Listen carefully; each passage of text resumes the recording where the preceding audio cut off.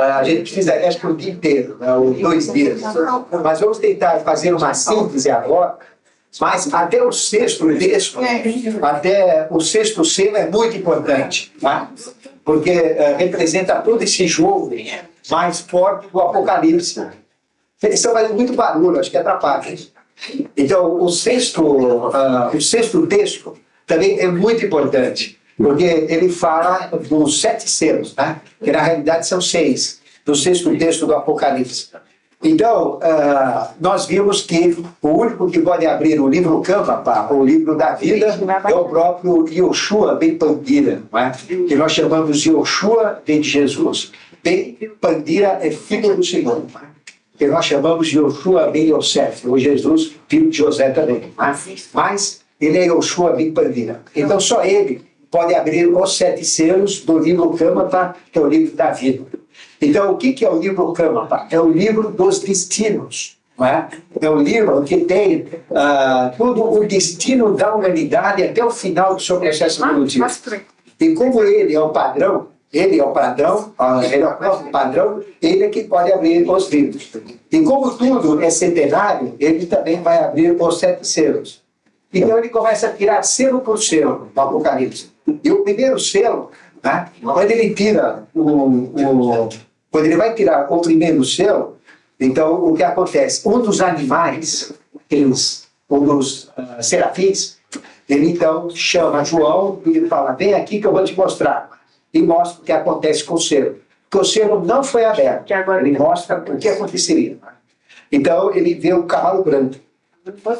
E em cima desse cavalo branco, um cavaleiro segurando um arco, que aí é o cavaleiro branco, é isso. E foi dada uma coroa e ele saiu para vencer. Nós chamamos isso do cavaleiro do domínio, né, que é o domínio, um dos 4 cavaleiros do Apocalipse. Aí nós 4 cavaleiros do Apocalipse. O segundo selo corresponde ao cavalo vermelho. Então quem está montado tem o poder de tirar a vida dos homens. Ele é montado com um cavalo vermelho, que são anjos, né, segurando uma espada, uma grande espada. Isso significa a guerra. Pronto, precisa da guerra. O terceiro selo corresponde ao terceiro animal, cavaleiro com animal, que é o cavalo negro. Então ele é montado com um cavalo negro segurando uma balança. E uma voz no meio dos animais falava para João, né? Uma medida de trigo por um denário. Ou então 3 medidas de cevada por um denário. Então representa o da fome, quer dizer, o dinheiro, né, dominando a vida, imprimindo a fome. Denário é uma moeda antiga dos romanos, que tem uma divisão decimal também, né? Então tem 1 denário, 0,1 denário, né? É decimal. Tirando o 4º selo, vem o cavaleiro amarelo, que correspondia à morte. E atrás do cavaleiro amarelo vinha exatamente todo o processo dos infernos abertos, onde as pessoas eram jogadas. Segurava também uma espada, é isso? E ele provocava a peste. Então significa peste. Então aí nós temos os 4 cavaleiros do Apocalipse correspondendo a 4 selos, que são 4 justiças, ou 4 aplicações de justiça na própria humanidade. O 5º selo mostra aquele mar de vidro, né, na frente do trono, e debaixo do mar de vidro os justos que lá estavam reclamando: ué, e a nossa? Quando é que a gente vai ir para cima? Né? Aí, para eles ficarem quietos, eles ganharam uma túnica, não é? E uma promessa de que iam resolver isso mais para frente. Ou seja, estão esperando os outros para servirem disso. O sexto, a retirada do 6º selo correspondeu então ao grande terremoto. Mas as estrelas caem sobre a terra, como figos caem de uma figueira. O céu ele se enrola praticamente como um livro. Naquela época, o livro do Apocalipse é um rolo, né? Ele se enrolar e enrolar. Então é o mesmo sentido. Que todos os montes e todas as ilhas se movem. Então o 6º selo é um grande terremoto que faz ilhas sucumbirem e montanhas se desmacharam. Né? Aí isso corresponde ao 6. E o 6º texto, ele corresponde na lâmina do tarô ao arcano 6. O arcano 6, que a gente sabe, é o namorado. Então, aquela figura dual de homem e mulher, representando a própria hierarquia no comando da evolução. Né? A gente chama de gênios. E todo o processo que julga a humanidade é entre alma e espírito, né? Esse jogo polar. Aí, na própria lâmina 6 do tarô, nós temos a lâmina que diz Eros, né, e Psique. Eros, espírito, que é o cupido, que mostra o tarô, e Psique como alma. Aí é todo o jogo de espírito e alma. E o sexto, que aplica exatamente o karma na humanidade, é o sexto planetário. Então, o que é, na realidade, o padrão da humanidade? É quinto, que foi o redimido, mas o padrão dele é o sexto. Então, quem comanda todo o processo evolutivo é quem tem mais consciência. Então, corresponde à sexta hierarquia que comanda a própria evolução. O padrão é o quinto, mas quem comanda é o sexto. Então, chamam-se hierarquias de Mercúrio. São a sexta hierarquia que comanda o processo de evolução. E isso está descrito, então, nos 6 selos. Cada selo é um aspecto. São 6 selos. No sexto texto, e arcano 6, que é o namorado, que representa o gênero, sempre dual, homem e mulher. No caso, por exemplo, de cada uma daquelas manifestações, nós temos sempre um dual, aspecto masculino e feminino. O aspecto feminino de Jesus era Maria. Maria não era a mãe dele, lógico que não era, porque era ele. Então Maria tem o mesmo valor de Cristo. Tanto é que, sabiamente, a igreja fez a ascensão, em 1700 e pouco, a ascensão de Maria aos céus. Muitos milagres que Jesus fez não foram ele, foram Maria que fez. Aí vem ele não poder ser filho de Maria, porque era ele mesmo. Maria era ele e ele era ela. Representam almas gêmeas, representam que nós chamamos de gêmeos espirituais, com a mesma essência. Aí vem o erro de determinadas religiões não aceitarem o aspecto feminino, que é super importante, que é Maria, mas não como santa, mas Maria como aspecto crístico, o aspecto feminino desta manifestação avatárica. Então, Maria, como mulher, era uma mulher comum. Jesus, tendo um corpo de homem, era um homem comum, mas a essência dele não era comum. Como a essência de Maria também não era. Eles não nasceram por processos humanos, foram colocados foram inseridos na evolução. Os avatares, estes seres especiais, quando nascem, eles não nascem dentro dessas condições humanas, eles são trocados. Existe uma criança escolhida, né? Essa criança é trocada com o outro, então coloca no lugar daquela criança alguém que já nasceu num outro espaço-tempo, numa outra condição. E essa pessoa, então, que é criada, colocada, ela segue, então, a evolução dentro daquela família, dentro daquele seio, né? E aquela criança que é tirada, ela sofre uma evolução violenta, porque com quem ela vai ficar realmente são seres de altíssima consciência. Então todos saem ganhando. Então eles são colocados assim. E Jesus e Maria foram colocados no meio da... Por isso que Jesus não podia ser filho de Maria, só que Maria foi colocada antes do que ele, para servir como aspecto de mãe, para criar toda essa estrutura. Né? Então ela foi colocada antes e ele veio depois. Mas a mesma essência, sem diferença nenhuma. Aí vem todo o poder de Maria também. Né? Porque sempre tem um aspecto masculino, sempre tem um aspecto feminino. Quando eu falar no final da manifestação do Avatar, a gente vai falar mais sobre isso. Então, todo o sexto texto liga-se ao arcano 6. O sétimo, né? O sétimo selo, como fala de selo, existe um selo padrão. Ou seja, nós temos um selo padrão. E este selo padrão é aquele padrão de julgamento da própria humanidade. Então, o Apocalipse fala dos marcados com o selo. Então, ele fala que, no texto do Apocalipse, que foram mandados 4 anjos para os 4 cantos da terra. Né? Eles tinham todo o poder para destruir a terra, destruir o ser humano. Só que foi pedido por outro anjo que não fizesse isso até que 144 mil fossem marcados. Aí vem a história dos 144 mil. Não quer dizer que a humanidade, somente 144 mil vão se salvar. Tá? 1000 significa multidão, em termos... Quando fala 1000 é multidão. E quer dizer 144 multidões, não quer dizer exatamente 144 mil. Com relação aos da linha das 12 tribos de Judá, são 12 mil para cada tribo, que dá exatamente os 144 mil, que são os eleitos da linhagem. Por isso que o judeu não mistura sangue. Por quê? Porque ele acredita que a manifestação crística ainda não veio, que vai vir, e vai vir através do sangue deles. Se eles começarem a misturar o sangue, eles perdem a essência para a própria manifestação. Daí vem todo o simbolismo de não doar sangue para os outros. como faz o Testemunha de Jeová. Mas, quer dizer, eles leem textos bíblicos e levam aquilo ao pé da letra. Tá? Agora, fora isso, nós também temos na própria visão de João que aqueles que estavam debaixo daquele vidro reclamaram também, e nós, né? Então sempre reclamando. E aí o que acontece? Ele fala que toda aquela multidão que João vê, que se aproximou de João naquela visão do Apocalipse, eram gentes de todas as nações, gente de todos os povos. Então isso aqui não é só para Hebreus ser salvo, mas é todos os povos, ele fala. O próprio Apocalipse fala. E eles então estavam com vestes brancas e palmas na mão pedindo a salvação. E nós, quando é que vamos aí, né? Sempre reclamando, né? Aí uma voz pergunta para João: quem são eles? João falou: eu não sei, sou o que sabe. Eu sou que é o quente aí.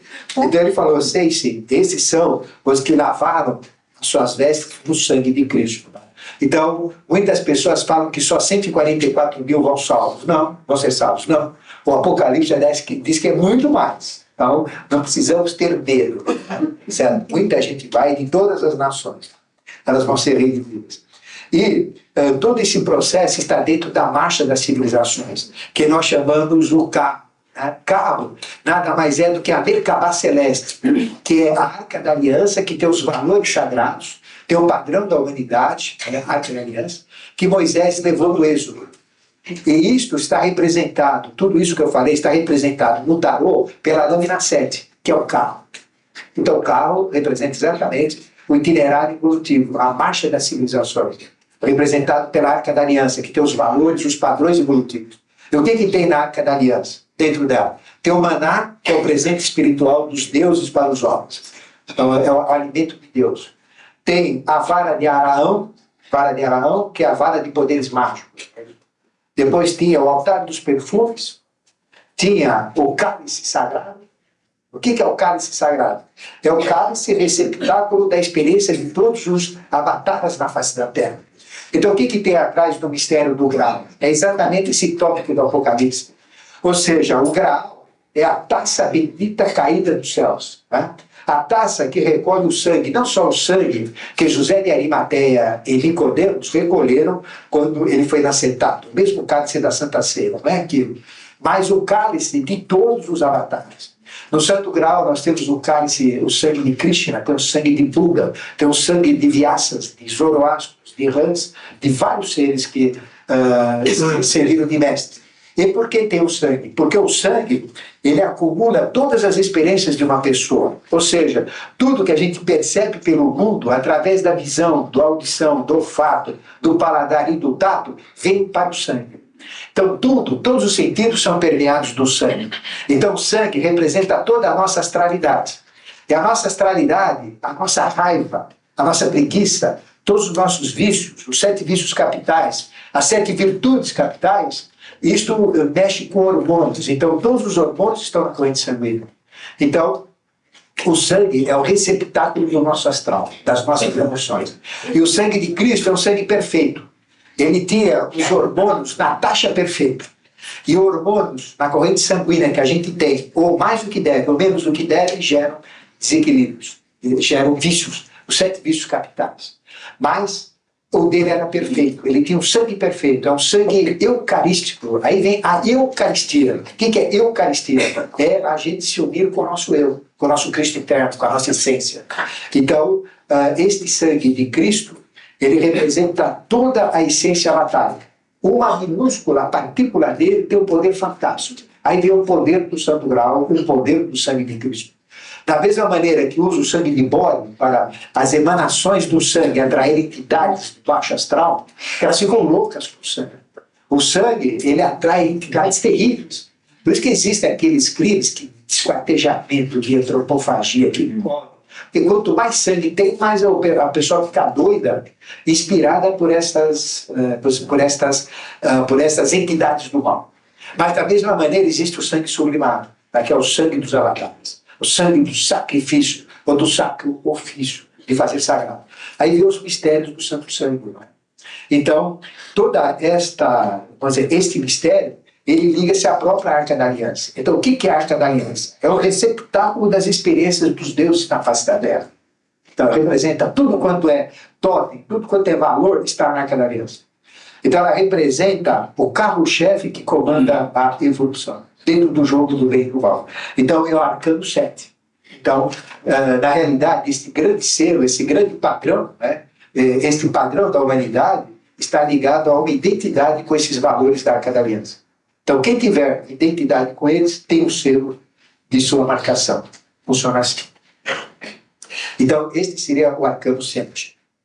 Depois, nós temos o arcano 8, é isso? O 8 texto.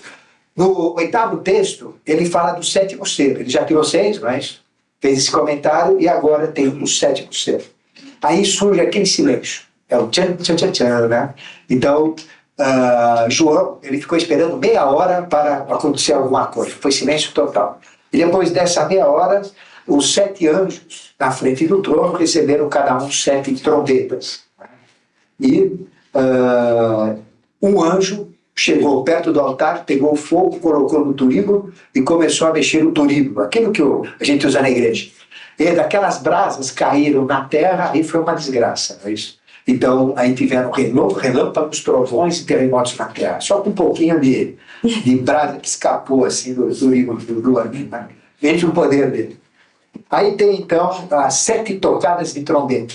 Tá? Aí vem as 7 trombetas. Então, trombeta, vocês têm que entender como verbo, como som, como um mando, mas que seria o som, que é o próprio verbo. Então, na primeira tocada de trombeta, caem os granizos, não é isso? E 1/3 da terra pega fogo, né? E então 1/3 do verde some.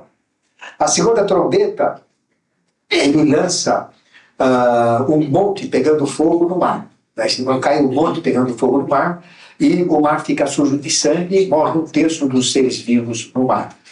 E 1/3 de barcos, tudo isso é destruído. A terceira trombeta, cai uma grande estrela do céu sobre rios e fontes. Tudo isso fica amargo, é o absinto. Aí vem a história do absinto, né? Que é o absinto que seria o amargo. Indo aqui, olha, na mesma história, esse é maior, é o aspecto diabólico, né? Que cai na humanidade, é o absinto.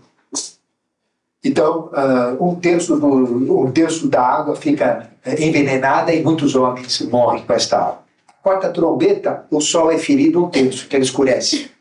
E a lua é ferida 1/3. 1/3 das estrelas do céu também apagam. E o dia, ele perde 1/3 do seu brilho e a noite fica 1/3 mais escura. Quer dizer, tudo 1/3. Por que é 1/3? Porque ele só pode, tudo isso está dentro desse jogo angélico, só pode mexer com 1/3. Vocês entenderam o que é 1/3, né? Porque 1/3 caiu.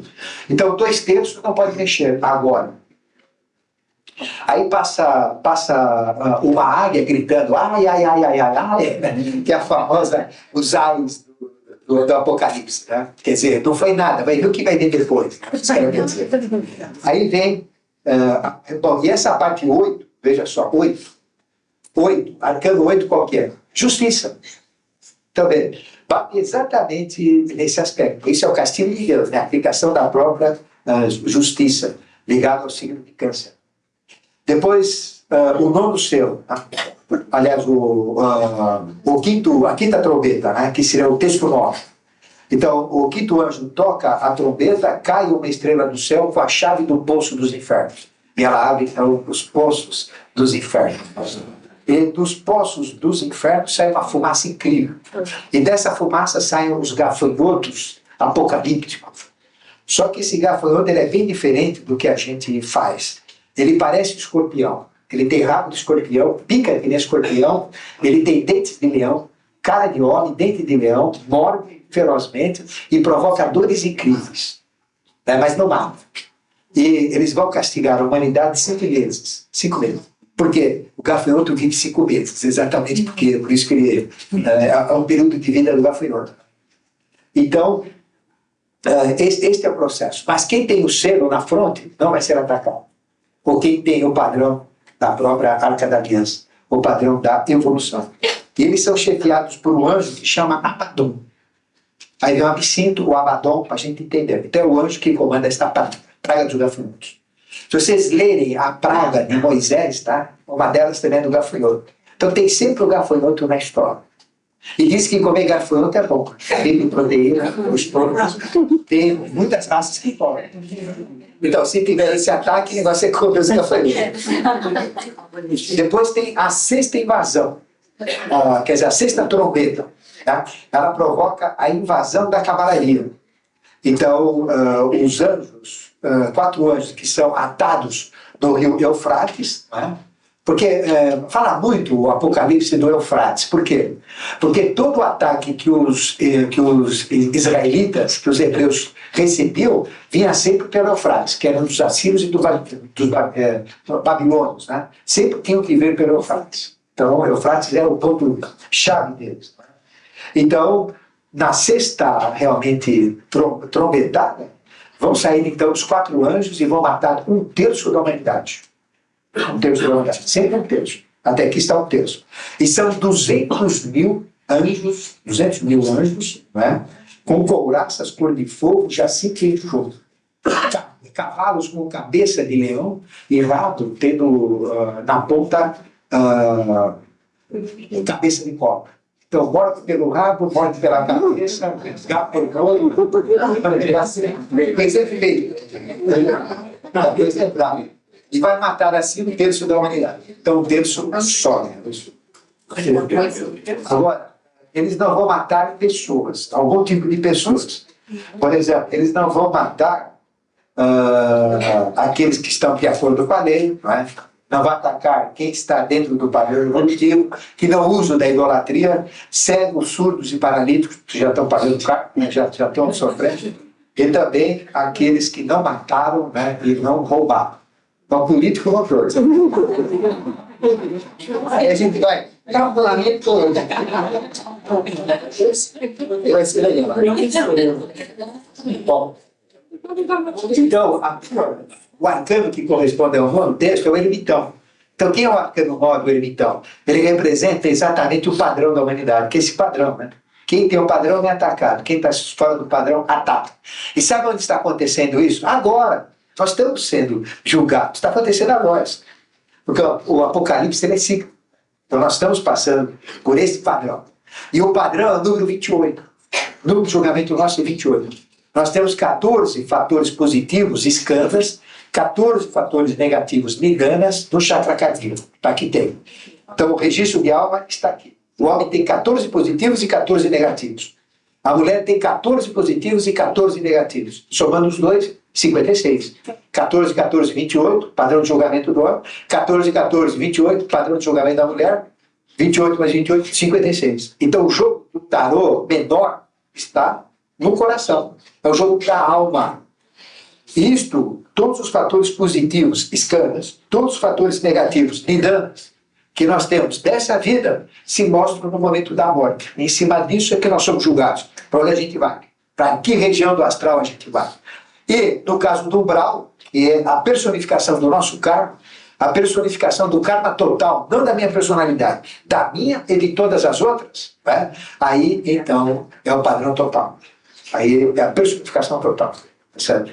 Então, e o arcano 9, então, representa o próprio tarô. Vai em cima. Veja, não tem diferença do tarô para o Apocalipse. É uma coisa fantástica. Décimo texto. Do céu sai um anjo, né, um anjo muito bonito, né, trazendo um pequeno livro na mão. Então ele desce, pisa com o pé no mar e outro na terra. Então ele traz esse pequeno livro. Ele é vestido de uma nuvem, tem um arco-íris na cabeça, o rosto de sol, os pés como colunas de fogo, né, e com essa mãozinha, né, ele traz um livro. E aí então tocam 7 trovões, que nem vozes, e a 7ª trombeta, então, ela mexe com todo este processo divino. E aí, então, João se preocupa com isso. Então ele fala, se você quer comer, come. Tocou o livro, que senão eu aplico, né? Então ele comeu o livro, João. Então o anjo falou, você vai ficar com os lábios cor de mel e com o seu ventre um amargor terrível. Então isso significa toda esta dualidade. E veja que o arcano 10, o que é? A roda de Sansara, a roda dos nascimentos e mortos. É o jogo entre o bem e o mal, entre o mel e o amargo, né? Isso, entre a luz e as trevas. Então é o anjo do próprio julgamento. Então se a gente pegar o texto 10 do Apocalipse e pegar a roda da fortuna, é exatamente igual. Porque a roda da fortuna é o processo do julgamento da humanidade, é o processo do itinerário do jogo do bem e do mal. Tem o anjo do bem e o anjo do mal, rodando a roda da vida, que chama a roda de Sansara. Então representa esse julgamento com o livro. E agora eu pergunto, que livrinho é esse? É o vindouro. O livrão, o cão, rapaz, é a humanidade. Esse livrinho é o livro de cada um, que é o ponto do vindouro. Não adianta enrolar. Por isso que Deus diz que Deus sabe tudo, não adianta se esconder, está tudo registrado.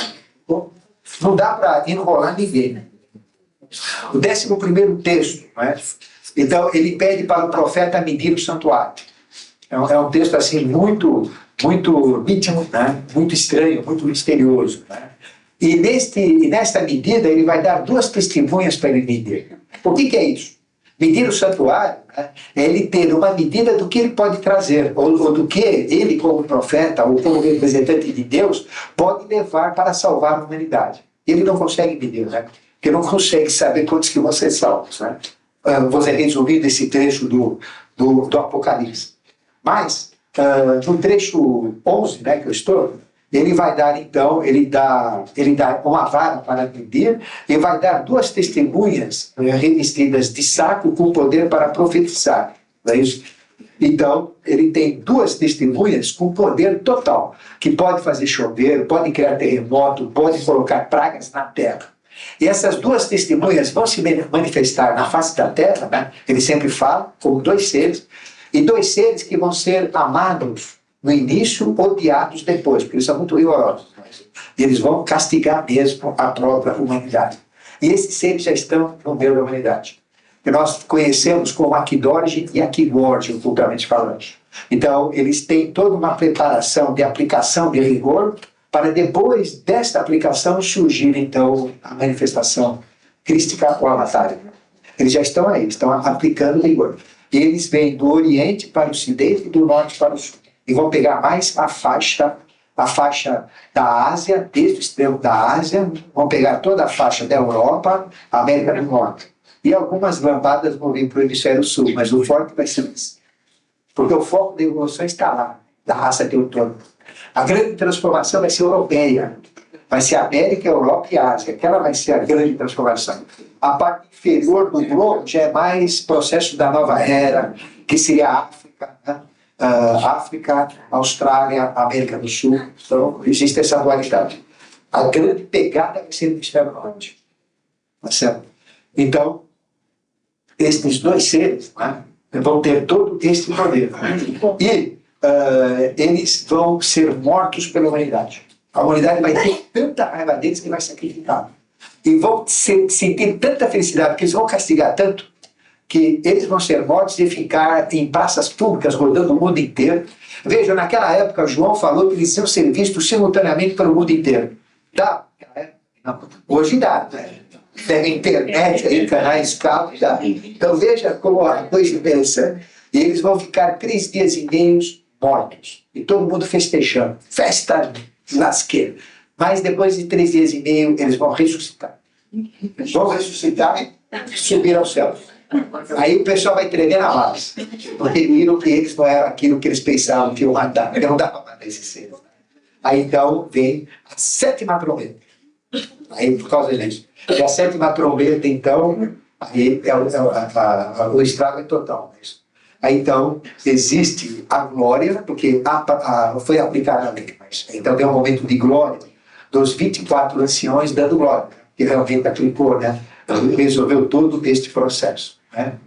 Então, 10% das cidades vão cair nos terremotos, e ele fala morrer de 7.000 homens que estavam presentes.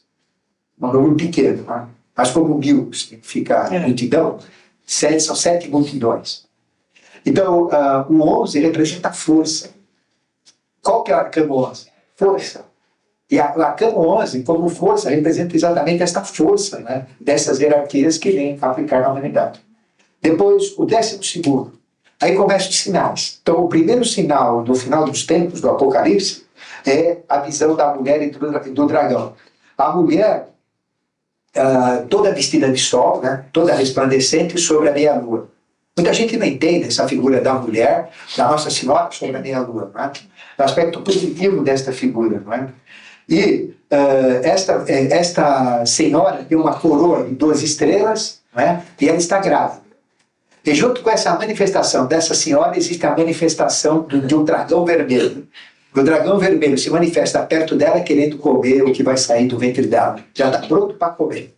Então aí vem a manifestação do Cristo e do Anticristo nesse jogo. Mas, quer dizer, essa senhora iluminada é a própria terra resplandecida de luz com a manifestação de um ser divino que seria um avatar.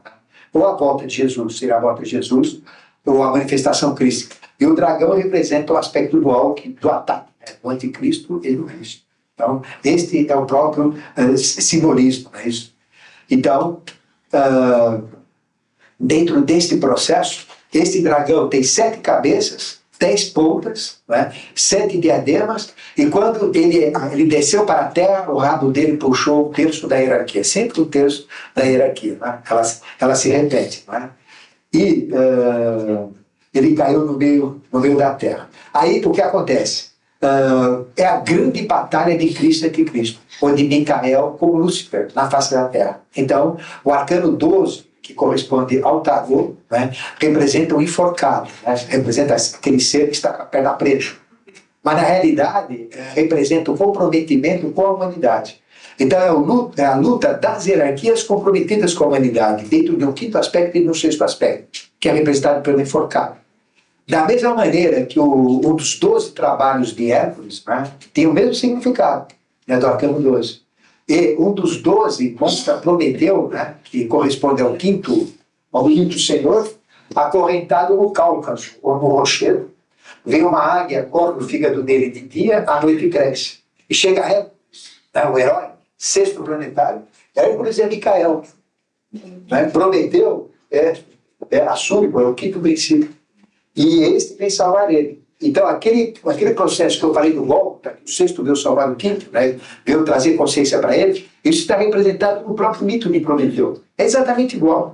Então, ele liga-se aos grandes mistérios do arcano 12, dos 12 trabalhos de Hércules, do trabalho dos 12 discípulos. Tudo isso se repete. E nós temos que ter a experiência dos 12 signos. Né? Por exemplo, hoje eu sou sagiotário, mas eu tenho que ter 12 signos, totalmente trabalhados. Todos nós temos. Então, que representa os 12 experiências humanas. Por que 12? Porque Deus é trino em 4 manifestações: mineral, vegetal, animal, binal. Então tem o valor 12. Então quer dirigir por 12. Tá certo? Então, aqui representa a grande batalha, a grande luta de Micael com o dragão.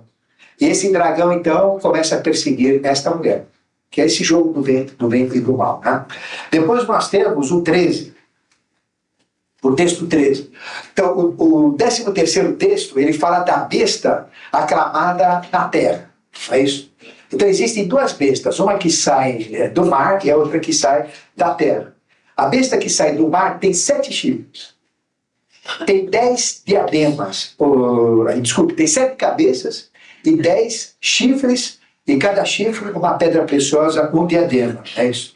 Então, ele tem o corpo de leopardo, pés de urso, boca de leão, não é? E muito inebriante. E toda a humanidade segue. Toda a humanidade segue essa besta.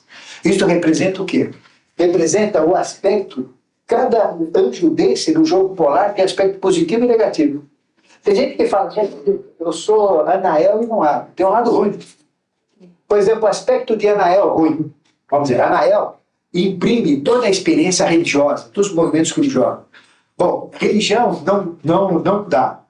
Não paga imposto de renda. Templo é dinheiro, né? Como fala, tempo é dinheiro, templo é dinheiro.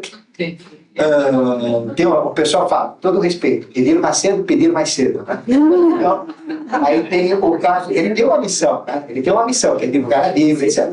Mas tem muitas religiões, sem citar quais, que o objetivo é outro. É pegar dinheiro mesmo. É pegar dinheiro para farra, para usar, para enriquecer, para se tornar um teocrata, um Deus vivo. Mas tem isso. Então tem um aspecto negativo também. Como tem religiões que têm um aspecto positivo, tem religiões que têm um aspecto negativo. É que nem a quimbanda. Pô, a quimbanda é diabólica. Não, tem a quimbanda boa. Ou seja, a quimbanda Qual é o objetivo primordial da Quimbanda? Quem entra na Quimbanda, ele entra para entender o mal, enfrentar o mal, conhecer o que é mal, saber o que tem de pior e diabólico lá dentro. Para quê? Para pegar aquilo, conhecendo o que é mal, transformar o mal em bem. Esta é a raiz da Quimbanda. Só que nesse processo, o sujeito entra para conhecer o mal, já enrosca. Aí o mal domina, pronto, aí ele demanda para o mal. Mas a Quimbanda, em essência, ela não é contra o processo. Nós não atacamos a Quimbanda. Atacamos o quimbandeiro lá que o só usa para o lado da esquerda, que aí já é diferente. Então tudo tem dois aspectos. Como a Quimbanda tem um lado positivo, que é esse, que é conhecer o mal para vencer. Como é que eu vou vencer algo que eu não conheço? Não é isso? Então, esse é o princípio dele. Mas aí tem um lado ruim da Quimbanda. A religião tem um lado bom, tem um lado ruim. Lado bom da religião, qual que é? A espiritualidade, né? A fé, a caridade. Lado ruim, qual que é? O medo, né? Eles impõem medo nas pessoas. É o diabo, é o medo, é o inferno. Não vai na missa, vai para o inferno. É isso. Então, quem não aceita Jesus vai para o inferno. Então, todos os chineses vão todo mundo para o inferno. 1 milhão, 200 milhões já estão no inferno. Porque lá não tem Jesus. Está começando a chegar agora. Então, nasceram para morrer, já nasceram para o inferno. Não é bem assim. Né? Então, o próprio Apocalipse fala, não é só os que seguem as 12 tribos, né, que seguem os mandamentos, 12 tribos de Judá, tem os outros, multidões que vão ser salvas também. Não é isso? Então, esse aspecto 13, ele representa esta besta de 7 cabeças. Ele representa o aspecto negativo das 7 hierarquias. E tem um aspecto negativo. Tudo é dual. Não tem diferença de Cristo e anticristo. Eles são duas pontas de uma mesma coisa. A mesma essência que anima Cristo anima o anticristo. Só que ele tem jogos diferentes na evolução. Por isso que anticristo não pode ser destruído. Ninguém destrói anticristo. Não dá para destruir. Ele tem que ser transformado. Tem que dar transformação para ele ser transformado. E o que é um processo de cristificação? É um processo de transformar o Lúcifer das trevas em Lúcifer de luz. É dar luz para ele voltar à sua essência, ou transformar ignorância em sabedoria, em consciência. Esse é o processo. E todos nós temos esses dois aspectos dentro de nós, ou não temos? O que eu tenho de ruindade dentro de mim, que vocês têm de ruindade dentro de vocês, vocês não têm? É só aplicar. Vocês não aplicam, graças a Deus. Graças a Deus nada, graças a vocês, que vocês dominam. Então, esse é o princípio. Então, vai ter esta figura, que representa o anticristo, ou seja, 7 aspectos do anticristo. E vai ter a outra figura que vai surgir do anticristo com 2 chifres. Né? É um outro dragão com 2 chifres. Esse dragão, quando abre a boca, saem 3 demônios. Né? Aí no aspecto do anticristo, unitário, Deus como unidade, e o ternário também, que são 3 aspectos dele. Da mesma maneira que tem 3 aspectos crísticos, ou teve o sacrifício do Gólgota, tem 3 anticristos também no sacrifício do Gólgota. Tudo é assim. E além dos 3, tem mais 7. Olha o jogo, tem mais 7. Então são estas 7 anjos, ou 7 essências do mal, 7 anjos, 7 essências do bem. Então o jogo é complicado, são 3 mais 7 e mais 12. É o arcano, é o tarô completo. Ou seja, em cada manifestação avatárica tem as 22 lâmpadas, é o tarô. Então o Apocalipse é o tarô. Você só consegue aplicar o Apocalipse se você tiver 3, pai, mãe e filho, do da humanidade.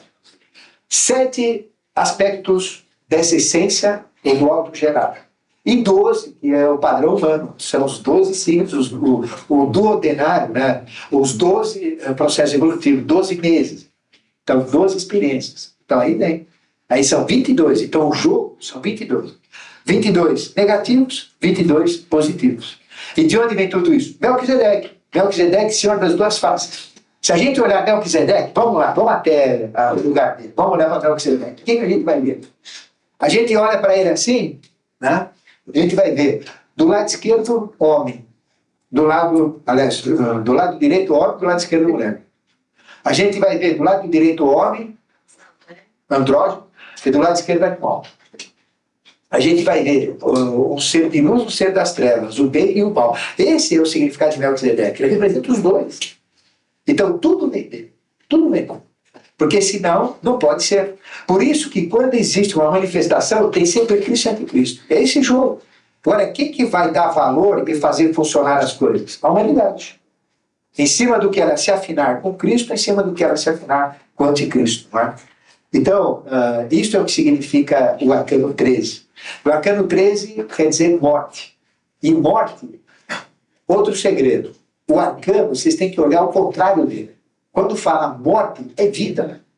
Então, um tarólogo joga lá, eu já vi isso, né? Você joga lá, deu carta 13. Nossa, vai morrer gente na tua família. Você está azarada, está frita. Nada. É o oposto. É mãe. 13 é mãe. 13 é terra. 13 é a própria evolução. É todo um jogo da vida.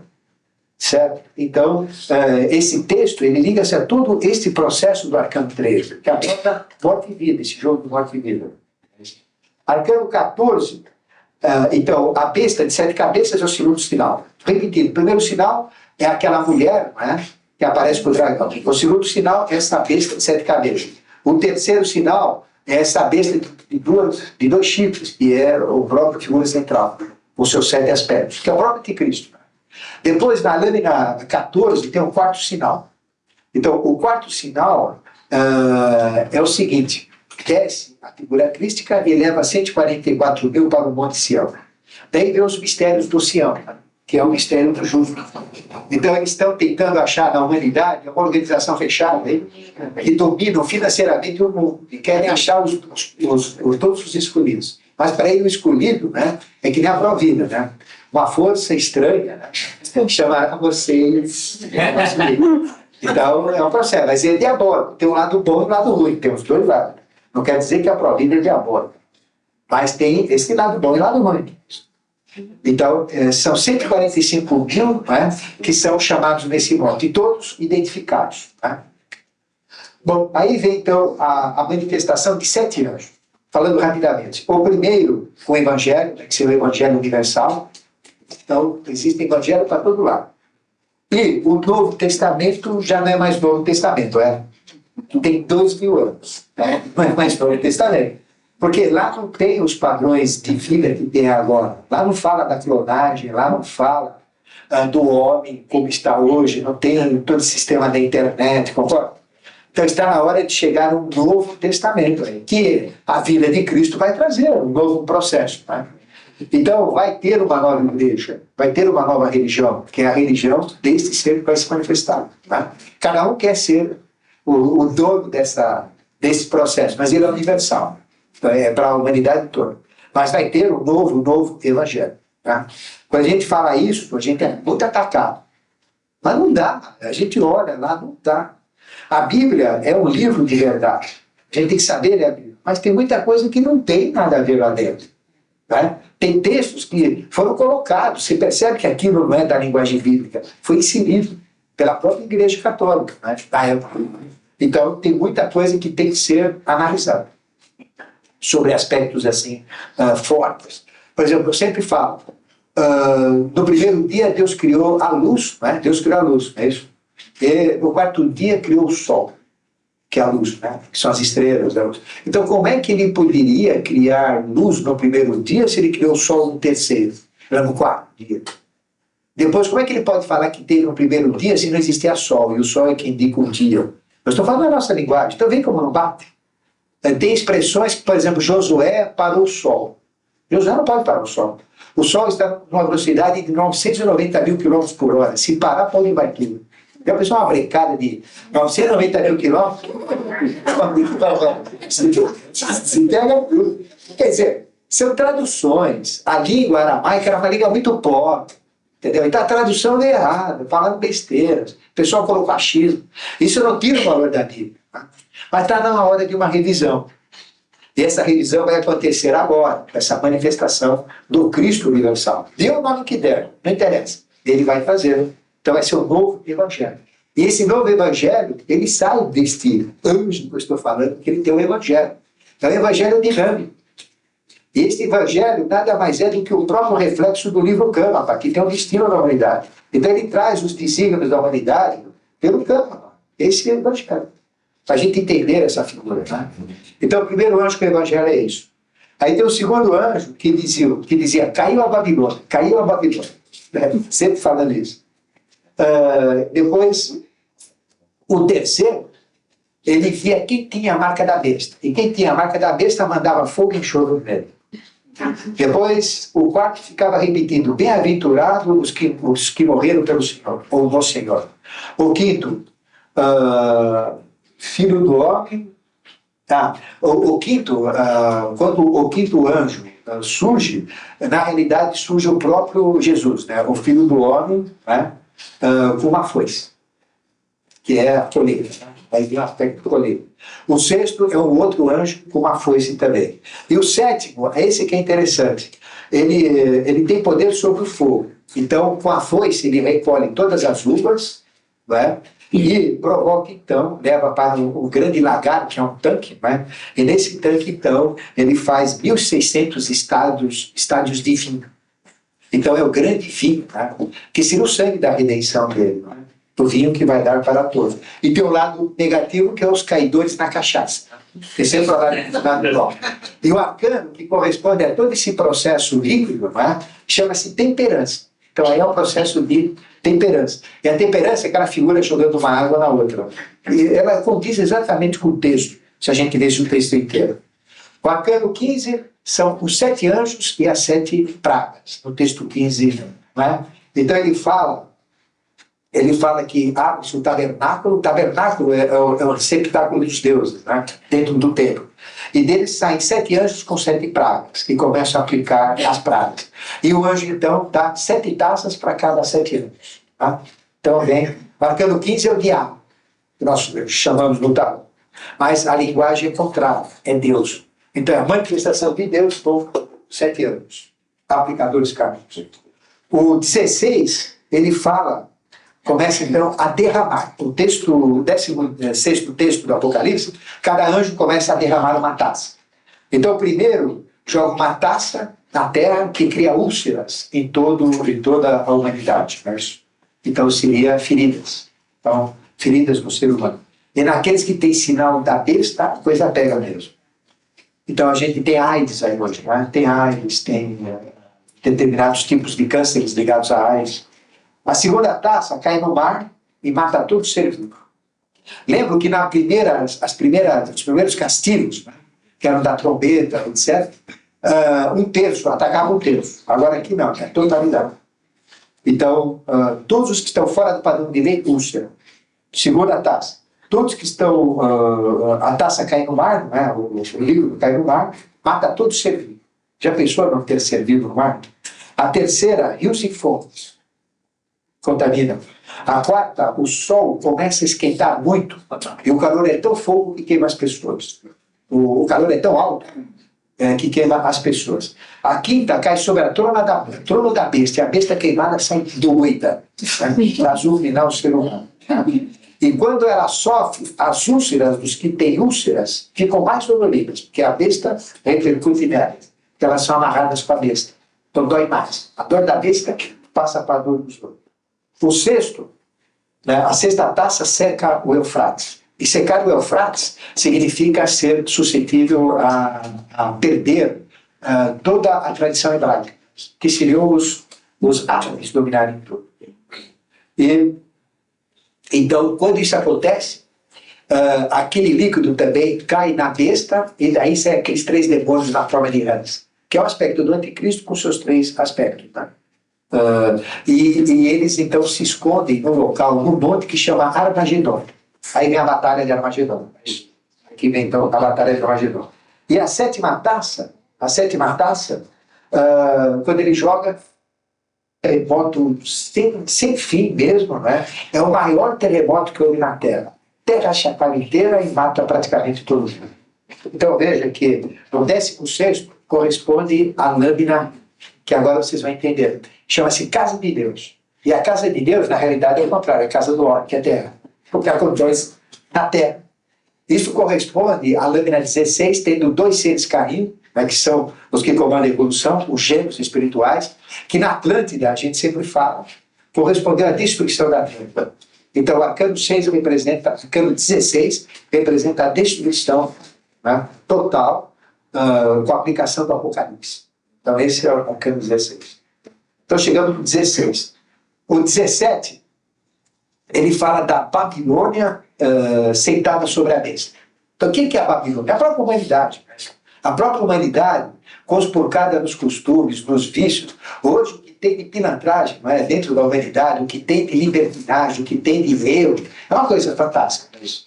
Então, existe o lado bom, mas pior está o lado ruim. Então, o que é a Babilônia? A Babilônia é exatamente a própria humanidade que está sentada em cima da besta. E não percebeu que está sentada em cima da besta. Então, isso é representado por uma mulher sentada em cima de um dragão, de uma besta escalante. Também com 7 cabeças e tendo 10 chifres. Esse 10 chifres significa o itinerário evolutivo, mas seria esse processo do 10, que gira em torno da Terra. E 7 sempre o aspecto setenário, que a gente já vai falar dele. E na fronte, ela tem escrito, esta mulher, sentada sobre a besta, a grande Babilônia, mistério a grande Babilônia.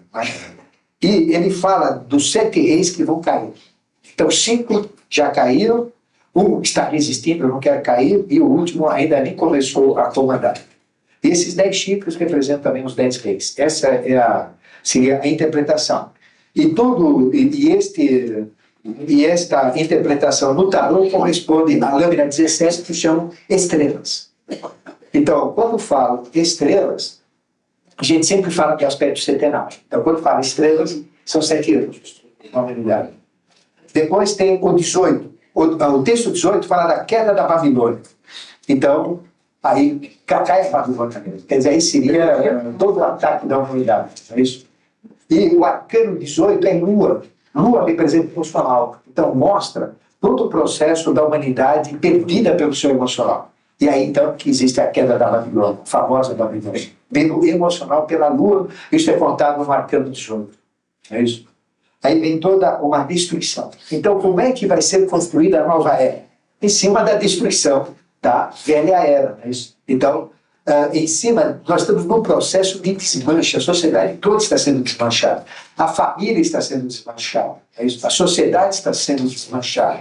Os empregos estão sendo desmanchados. As estruturas políticas estão sendo desmanchadas. Tudo. Para quê? Essa é a queda da Babilônia. Está aí. Ele está esperando a Babilônia. Está sendo desmanchada. Para quê? Para a construção de um novo ciclo, de uma nova era, que chama-se Era de Aquário. Então, isto é representado pelo arcano 18. E tem o arcano 19. Essa aqui é fantástica, o arcano 19. Então, os habitantes, então João vê os habitantes dando glórias, não é? Porque a Babilônia está quebrando, está caindo a Babilônia. E abre-se o céu, e do céu, então, ele vê sair a figura de um cavalo branco, com um cavaleiro, em cima do cavalo branco. E esse cavaleiro, ele é chamado de fiel ou de verdadeiro, aos princípios da lei, mas sobre a cabeça ele tem diademas, tem o nome escrito nele, que no nosso colégio iniciário, que nós chamamos de tetragrama. O nome dele é Akdorj. O nome tetragrama do iluminado Benedito. É o Yod He Baal He, que a gente conhece da língua hebraica, mas é diferente. É o nome dele escrito no peito. Então nós chamamos de Akdorj. Então essa figura, esse cavaleiro sai do céu, tem uma coroa de diademas, né? Tem esse nome escrito, a roupa toda suja de sangue, que já desceu o diabo aqui, roupa cheia de sangue, né? E o nome dele é o próprio Verbo de Deus. Né? E seguiam este ser exércitos de cavalos brancos, né? E atacando todos aqueles que estão ligados ao mal, né? E protegendo os que estão ligados ao bem. Né? E os anjos, então, convocam todas as aves para comer os restos dos que morrerem aqui. Né? Então, esta figura, ela está ligada ao próprio Akdorj. Na mitologia, como eu falei, a mitologia faz parte desse processo. É representado por Perseu. Então, esse trecho do Apocalipse é Perseu. Perseu vencendo a Górgona. Quem que é a Górgona? Górgona é aquele monstro, a Medusa, né, que tem várias cabeças. Cortava a cabeça, nascia outra, representando os vícios. E Perseu vinha montado num cavalo branco, sempre atacando. Não é isso? Vejam, nós temos Santiago, né? Santiago, montado no cavalo branco, é o matador. Nós temos São Jorge, né? Montado no cavalo branco, lutando contra o dragão. Então, todo esse simbolismo, ele está dentro desse processo. cavalo significa animal. E o cavaleiro em cima do cavalo significa a mente comandando o animal. É a própria figura na mitologia do centauro. O que é o centauro? É o cavaleiro, o tronco de homem dominando o animal. Então isso significa uma mente, né, dominando o animal, e o branco a própria pureza, atacando todo o mal. Então aí vem essa figura fantástica dele. Né? E aí vem esta batalha, essa grande batalha do bem contra o mal, que é a própria batalha de Armagedon. E morre muita gente nessa batalha. O que é isso? É o próprio julgamento. É aquilo que eu falei de Aquidós e Aquigós, que vão vir do Oriente para o Ocidente, não é? Do hemisfério norte, e provocando todo um processo de julgamento. Nós vamos ser beneficiados? Vamos. Mas vamos ter sequelas? Vamos, lógico que vamos. Né? Mas o grande problema é vencido. Graças a Deus. Por enquanto. Então, esta é a lâmina 19. E sabem como é a figura de Aquidós? Ele é conhecido como Sol, né? Como o Senhor do Sol. Ele é conhecido numa manifestação como Conaton, como seres solares. Então, o arcano 19 é o próprio Sol, o Aquidós. Depois, o 20. Vem o anjo, né, como uma chave, abre os poços internos da terra e joga a besta lá dentro. E a besta vai ficar presa durante 1000 anos, para depois ser solta. Quando ela é solta, ela faz a festa novamente. E os 4 anjos, então, são soltados na terra, e eles provocam, então, a batalha geral. Que aí vem a batalha de Gog e Magog. Né? Aí, então, dentro dos estudos que a gente tem relacionado a Gog e Magog, está ligado à Rússia. Porque nas previsões de Nostradamus, fala que o príncipe de Mososh, né, o príncipe de Rosh com o exército de Mososh, que aí vem Rússia e Moscou, muito parecido, né, que são as palavras de Nostradamus. Então, aqui liga-se ao fim dos tempos com uma guerra muito pesada que a gente vai ter. Né? E aqui nós temos o ataque, não é? O julgamento dos que estão fiéis às leis e dos que estão fora da lei. Então, corresponde ao arcano 20, julgamento. Então, veja, o arcano 20, julgamento, é exatamente o próprio julgamento da humanidade. Então, existe essa correlação direta. Faltam 2 textos só. Uma seria a visão da Nova Jerusalém, não é? Da Nova Jerusalém, a Jerusalém apocalíptica. Então, o que seria essa Nova Jerusalém? João é levado no alto de uma montanha e lá então ele vê a descida da cidade. Tem muita gente que fala que é uma manifestação ufológica, né? Que vai trazer e vai resgatar todos os que estiverem de acordo com o padrão de lei, que não deixa de ter uma certa verdade nisso. Então, é a cidade santa, descidas do céu, junto com Deus, que vem buscar a sua esposa, que seria a terra transformada. E é uma cidade que não precisa ter luz, porque ela tem luz própria. Ela é iluminada pelos próprios deuses. Porque é o efeito crístico, né, da cristificação. Não tem que ter. É o tabernáculo dos deuses, né, e ela vai ser habitada por homens, e esses homens nunca vão ter dor, nunca vão ter sofrimento, não existe mais mal, só tem bem lá, nessa cidade. Então é a cidade dos redimidos. Ou seja, daqueles que atingiram o padrão crístico e puderam entrar nesse estado de consciência. Né? Nós conhecemos isso como Agartha, porque Agartha tem 24 horas de luz. E só entra em Agartha quem tiver padrão crístico. Então, esse texto, né, que é o Arcano 21, corresponde à vitória. Arcano 21 é a vitória. Isso representa a própria vitória em todo o processo evolutivo. E ele tem os 4 elementos da esfinge. Tem a garra, tem o leão, tem o touro, tem a águia e tem a mulher. Sou o órgão. Então representa a vitória da esfinge.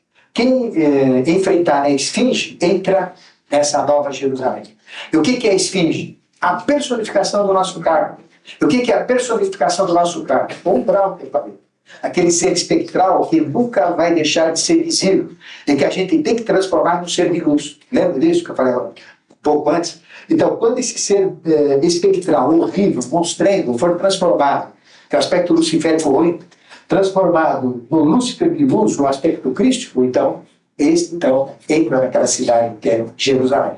Né? Jeros quer dizer luz, e Salém, cidade da luz. Né? Então, Este arcano, ele é representado como o sol, que é o mundo, né? É a vitória de Deus. Então, o sol, o mundo, representa a própria Jerusalém, que é o último arcano do tarô, que a gente chama 22, ou 21, tanto faz. É o 22. Tem outro que é o lobo, que a gente vai falar, que é Catamã, né? Que é o último texto. Então, esta cidade, ela é representada, é muito grande, bonita, com altos montes, não é? Com altos muros. As bases dos muros, quem sustenta são os 12 apóstolos, é isso? Tem seus nomes deles. E ela é totalmente iluminada, um formato quadrangular, um perímetro de 2.100 quilômetros. 2.100 quilômetros, que seria o cálculo que a gente faz.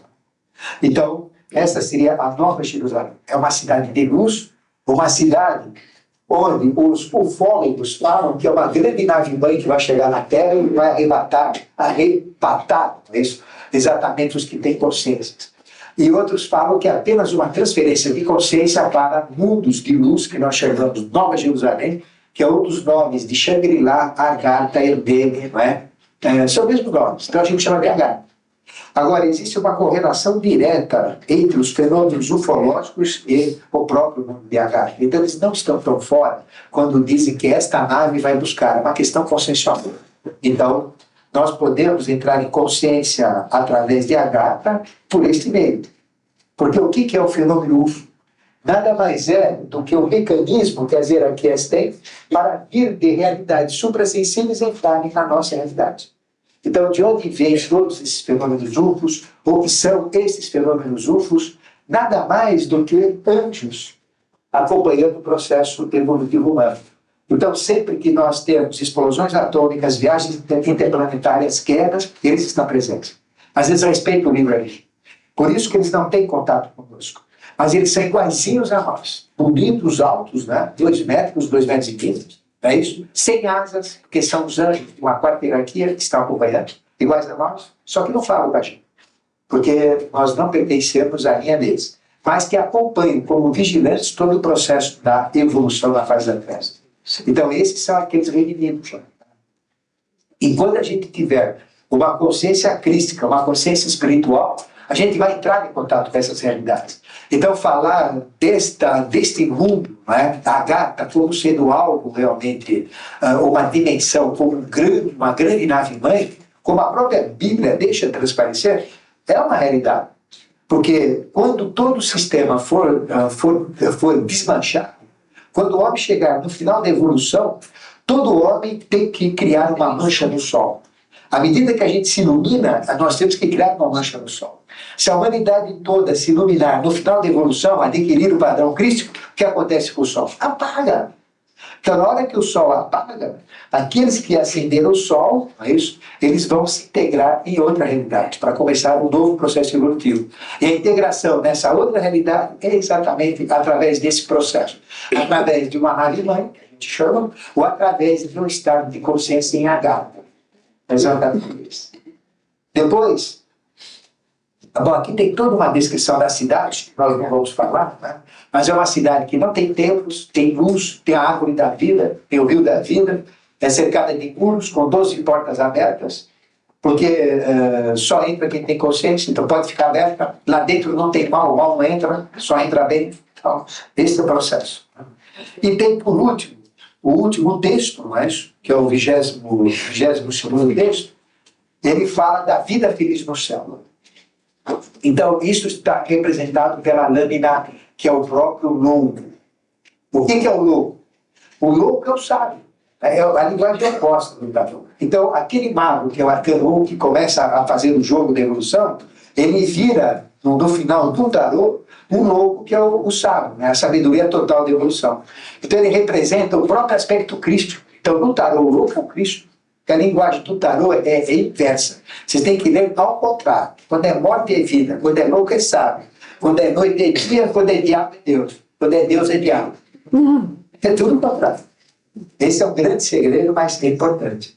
Então, aí representa toda aquela vida, a árvore da vida dando 12 frutos, aquela felicidade, estado de êxtase, não é? Que representa o prêmio por ter atingido o padrão crístico.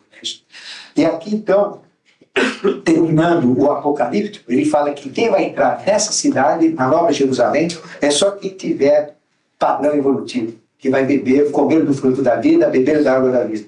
E quem não tiver, que são os bruxos, as feiticeiras, os maledicentes, a pessoa que está perdida, vai ficar fora e vai ser tragado pelo próprio mal, pelo processo do Apocalipse.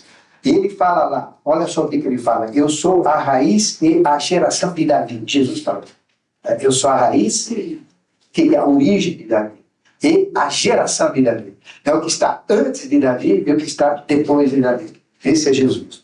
Isso está escrito na Bíblia, né? Eu sou a estrela resplandecente da manhã. Qual é a estrela resplandecente da manhã? Vênus, né? Então veja aqui. Veja que a própria Bíblia, ela termina o Apocalipse falando exatamente de Lúcifer. Vênus, a Vênus é Lúcifer. É o Eósculo dos gregos, né? Representa exatamente a quinta estrela flutuante. Então ele mesmo fala, no final do Apocalipse, eu sou esta estrela, a quinta estrela. Bom, todo este processo do Apocalipse, como é que vocês podem fazer? Ou leiam o Apocalipse de uma maneira sucinta, que eu fiz, tá? Ou peguem o tarô. Ou melhor, peguem os dois. Se vocês pegarem, lerem o Apocalipse com uma lâmina do tarô maior, vocês vão ver, não tem como, é a realidade. Está ali. Então, onde nós estamos agora? Na Nova Jerusalém apocalíptica. Tá? Nós estamos sendo julgados, nós estamos num processo de transformação. Para quê? O que vai ganhar? Nós não estamos falando que vai ter uma idade de ouro, vai ter uma idade de ouro, um pouquinho mais para frente. E nós temos chances de entrarmos nessa realidade nova, nessa realidade apocalíptica. Como que eu vou entrar lá? Buscando o padrão. Qual é o padrão? É Cristo, é Jesus. Esse é o padrão. Então o que eu tenho que fazer? Seguir o padrão da evolução que é Jesus com Cristo. Ele é o padrão. Você é ocultista, você é da obiose, ou o sujeito é maçom, não interessa, o padrão é ele. Não interessa o que seja. Não é isso? Agora vamos falar um pouquinho dos significados centenários, né, para vocês entenderem. Vocês veem que na Bíblia tudo é centenário, e principalmente o Apocalipse, ele é todo centenário. Tudo é centenário. 790, 7 anjos, 7 igrejas, 7 taças, 7 lâmpadas, só tem 7. Então, o que rege todo o processo do centenário é a expressão de Deus. Como é que Deus, matematicamente, ele se expressa? Por essa forma. É 7 elevado a x. Essa é a forma. Onde x pode ser qualquer coisa. Porque a evolução é centenária e x representa a potência da evolução. Então, 7 elevado a x representa a matemática. Aí vocês têm a numerologia, mas essa é a numerologia. Aqui tem a numerologia aí por aí, é humana. Essa é a numerologia que o monarca é sagrada. Essa é sagrada. Então, 7 elevado a x é a matemática divina, a matemática sagrada. E x pode ser qualquer coisa. Então, se ele pode ser qualquer coisa, ele pode ser nada. Pode ser nada, né? Que é zero. Pode ser tudo. Qualquer número. É isso? Qualquer... Então, se a gente colocar nada, o que é nada? Antes de existir o universo, não existia nada. Era nada. Do nada saiu tudo. Né? Então, o que é Deus? Parâmetro, né? Deus é a eterna possibilidade de vir a ser. Ele não é. Ele é a possibilidade de vir a ser. É o zero. Então, o zero da matemática é o número mais importante. Por isso que quando o filho de vocês tiverem zero, vocês não têm que ficar. Então, ensinei isso tudo. Ele fala, pai, zero é importante. Mas o zero, ele representa o próprio sagrado. Então, essa figura é a figura do sagrado. É a figura sagrada. Porque não tem começo, não tem fim. A gente não sabe. Não tem centro, porque o centro está em todo lugar. E a circunferência não está em lugar nenhum. Então, todo o processo sagrado ele é representado por uma circunferência.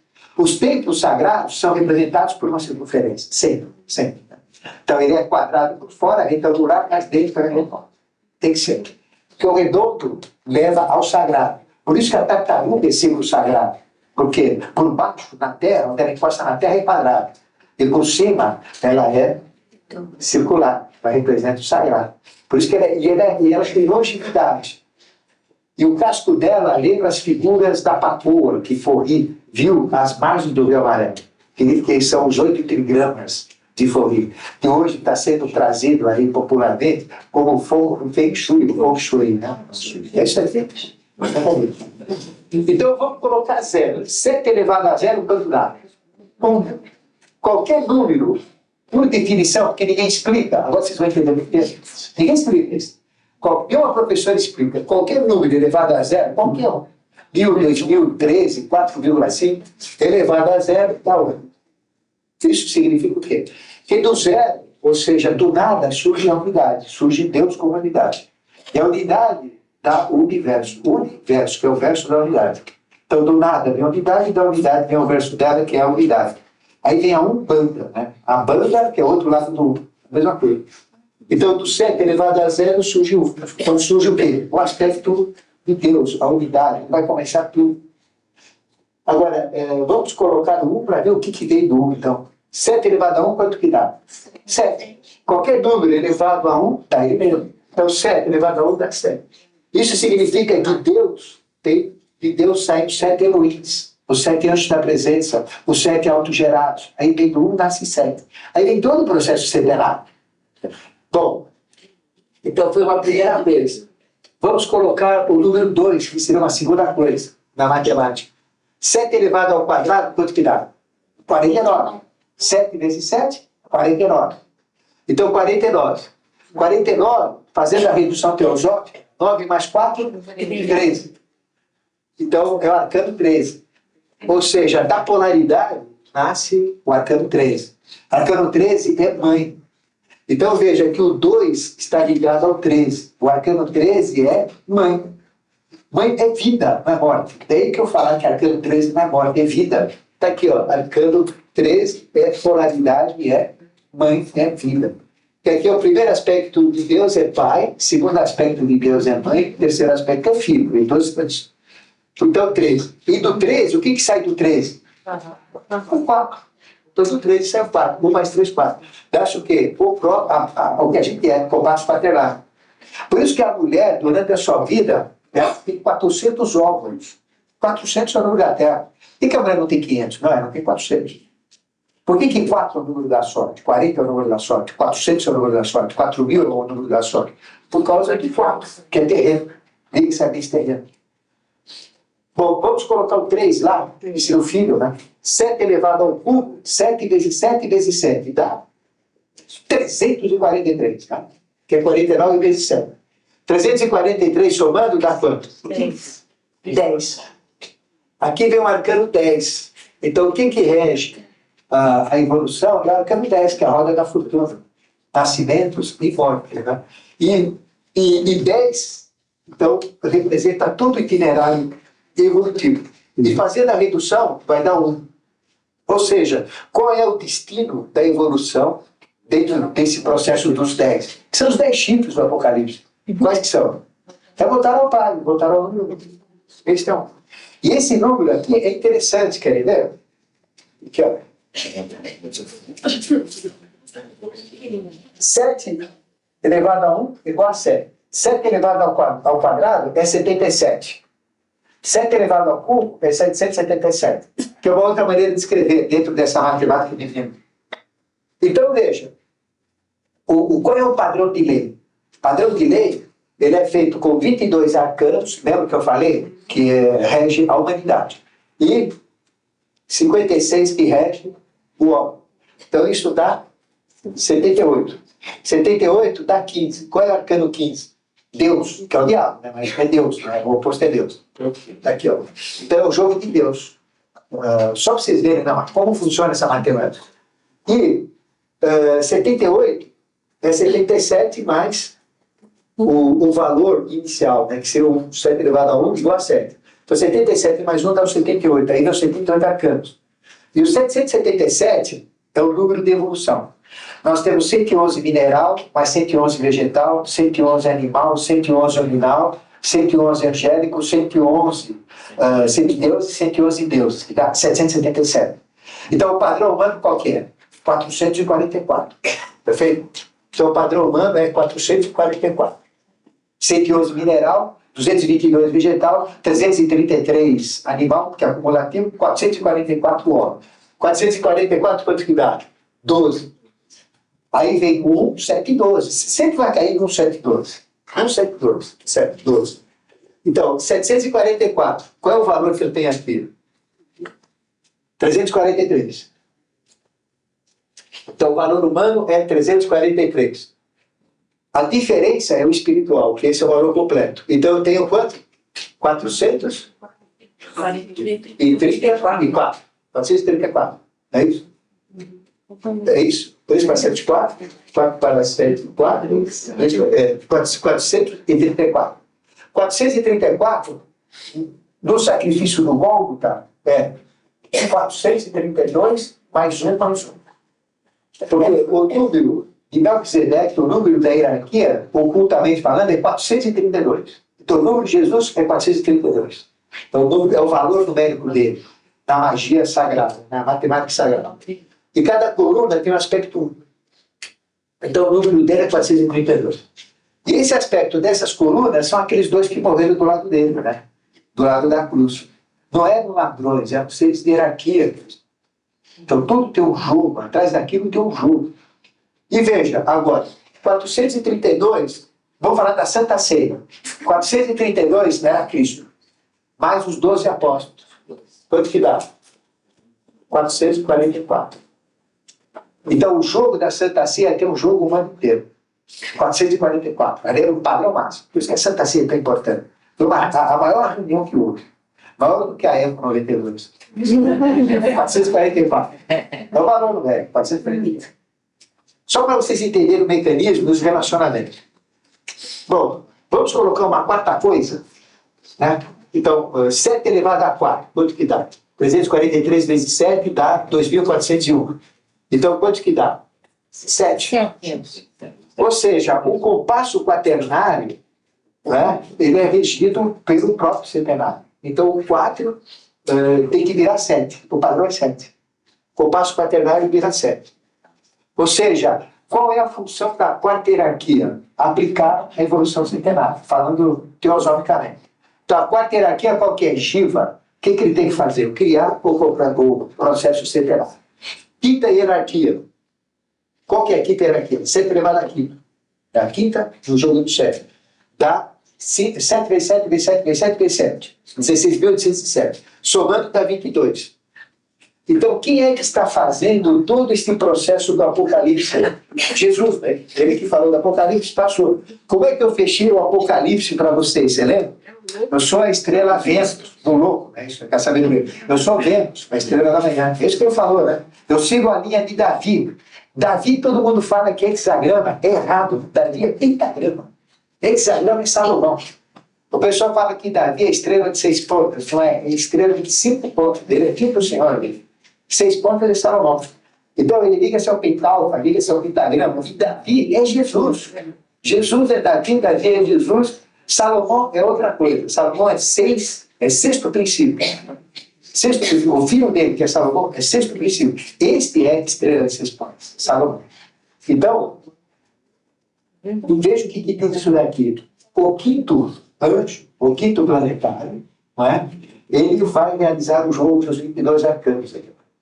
O jogo dos 22 arcanos para gerar a evolução do 4, que é a própria Terra, a própria evolução da Terra. Vocês estão sentindo a linguagem? A linguagem que está inserida no número. Então, o quinto... Quem que faz os 22? Quem é a hierarquia mais envolvida com a humanidade? A quinta hierarquia, representada por Jesus, que representou o padrão. Então, ele é o padrão. É a quinta hierarquia. Que é Lúcifer, o aspecto bom de Lúcifer, não ruim.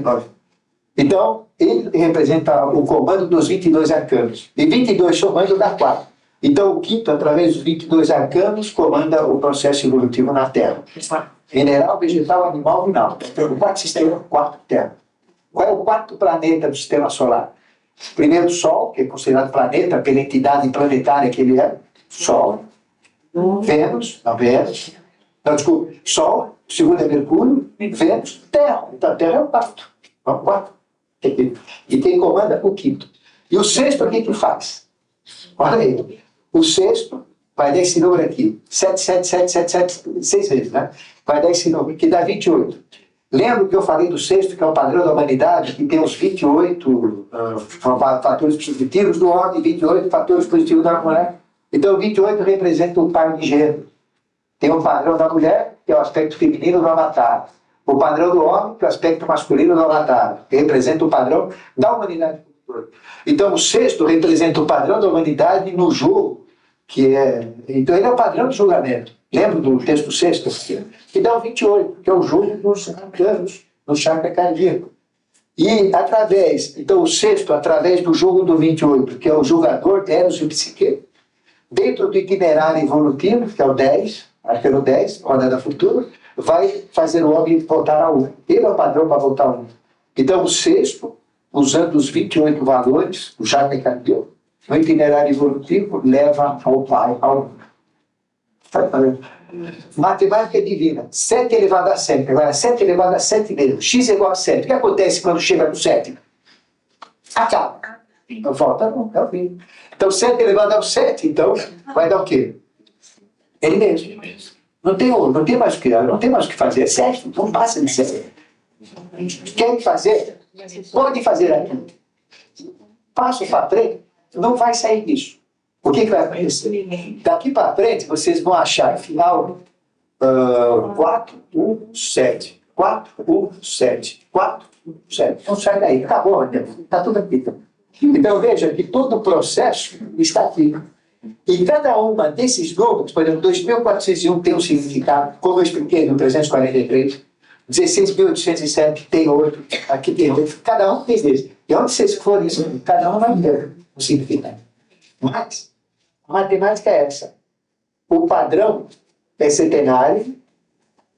Nós estamos numa fase 4 e estamos buscando 1. Esse é o processo. Isso vai se repetir direto.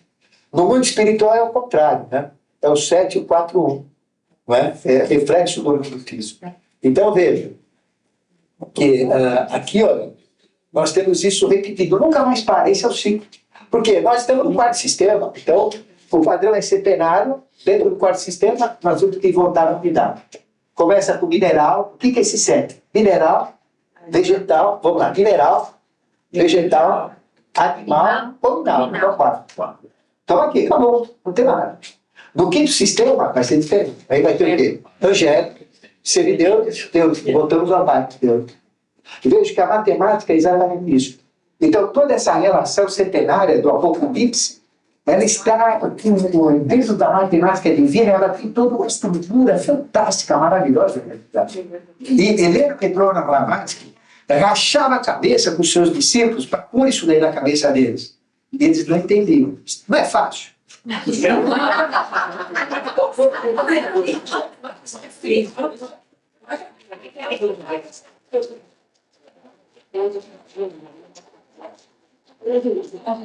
Vocês entenderam? Ela não conseguiu. Por quê? Sabe por quê? A nossa tônica é diferente. A tônica dessa sociedade não é mental abstrato. A tônica de HPD é mental abstrato. Mental abstrato não usa nome, forma, cor. Não. A tônica desse colégio iniciático, né, que é a tônica que nós chamamos JHS, ela é a liga-se à intuição. É um sexto princípio. Então a nossa tônica é de Micael, então, sexto princípio, sexto ano. Então seria o sexto princípio, que é a intuição. Por isso que é mais fácil. Vocês entendem mais por intuição agora do que no passado que estavam entendendo o mental abstrato. Apesar de ser superior. Então é mais fácil. Bom, era de aquário, para a gente fechar. Era de aquário. Manifestação de Maitreya. Maitreya ainda nasceu no nosso meio. Você não conhece ainda? Você apareceu na TV. Mas tem aquele Maitreya que apareceu? Na internet, tem mais de 15 anos na internet. Vocês entram em contato com a internet. Vai falar, olha, o que tem de Maitreya? Só comigo já vieram 4. Aqui, Maitreya se manifestou aqui. Um deles chegou aqui para mim, chamando o cantinho. Coitado, ele está no Juquiri agora. Ele chegou aqui. Eu tenho segredos para contar para você. Então, sou Maitreya. Coitado. Mas tem gente que se acha. Mas Maitreya, na realidade, já nasceu. Nós tivemos um ano que é fundamental para vocês entenderem o processo todo. Nós tivemos um ano chave na evolução, que foi em 1989. 1989. Neste ano aqui, de 1999, nós tivemos um ponto zero, vamos dizer, de transição de peixes para aquário. Nós tivemos o ano de 1789, 200 anos antes, que foi a Revolução Francesa. São Germano, que é o próprio rei do mundo, o próprio Melquisedeque assumindo o corpo humano, não esses São Germanos incorporados por aí, porque ele não incorpora ninguém. Ele realmente é um ser de alta consciência, ele não é incorporado. Ele é o próprio rei do mundo. Então, para incorporar São Germano, tem que fazer uma corrente espírita da humanidade inteira. Pra vocês terem uma ideia. Existem subaspectos? Lógico que existem. Tem pessoas que têm contato com ele como mestre? Lógico que tem. Mas é aspecto de subaspecto, na razão de 1, de 27, 27, sabe? Ela é baixa para poder resistir, senão ela não aguenta, estoura. Quer dizer, se traz uma consciência dessa, explodir. Não tem como, não dá para apacanhar uma consciência dessa. Agora, o subaspecto dele lá de baixo, que já é uma grande coisa, lógico, a gente pode, então, ter contato. Vou dizer que existem loucos por aí dizendo que incorporam o São Germano, que eles podem ter um contato, lógico, mas é um subaspecto. Eu falo no total não dá. Só a humanidade como tem. Então, em 1989, ele veio para mudar totalmente esse processo. E ele surgiu na Revolução Francesa, como eu sempre falo, para tentar criar os Estados Unidos, né, mundial. Mas ele não conseguiu. Ele veio com a bandeira da fraternidade, da igualdade e da liberdade. O que fizeram? Da fraternidade deu o socialismo, da igualdade o comunismo, da liberdade o capitalismo. 3 sistemas distintos. Era para ter os 3 num só. A sociedade vai ser feliz quando ela tiver essa bandeira dela. Quando tiver um só governo com essas 3 bandeiras. Quando um partido político for fraternal, for igual e for livre. Tem que ter os 3 juntos. Essa é a bandeira da maçonaria. E a manifestação de São Germano foi dentro da maçonaria, através de Cagliostro e José Balsa. Então lá, José Bálsamo, JB, Cagliostro e São Germano. Tá certo? É o mesmo mistério do Gólgota. Então, JB é o próprio João Batista, que é o João Bálsamo. Então, está tudo aí. As colunas da maçonaria, JB, colunas do Templo de Salomão, JB.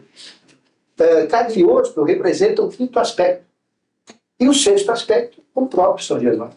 Então veja que o que aconteceu na Revolução Francesa foram as mesmas consciências lá na época do Cristo lá. E vai ser a mesma na época que vai acontecer agora. Então, em 1789, eles tentaram mudar a humanidade. Foi um desastre. O que fizeram? Fizeram aquele tal de guilhotin lá, fez a guilhotina e foi cortando cabeça lá. Aí rolou gente de todo jeito, cheio da humanidade.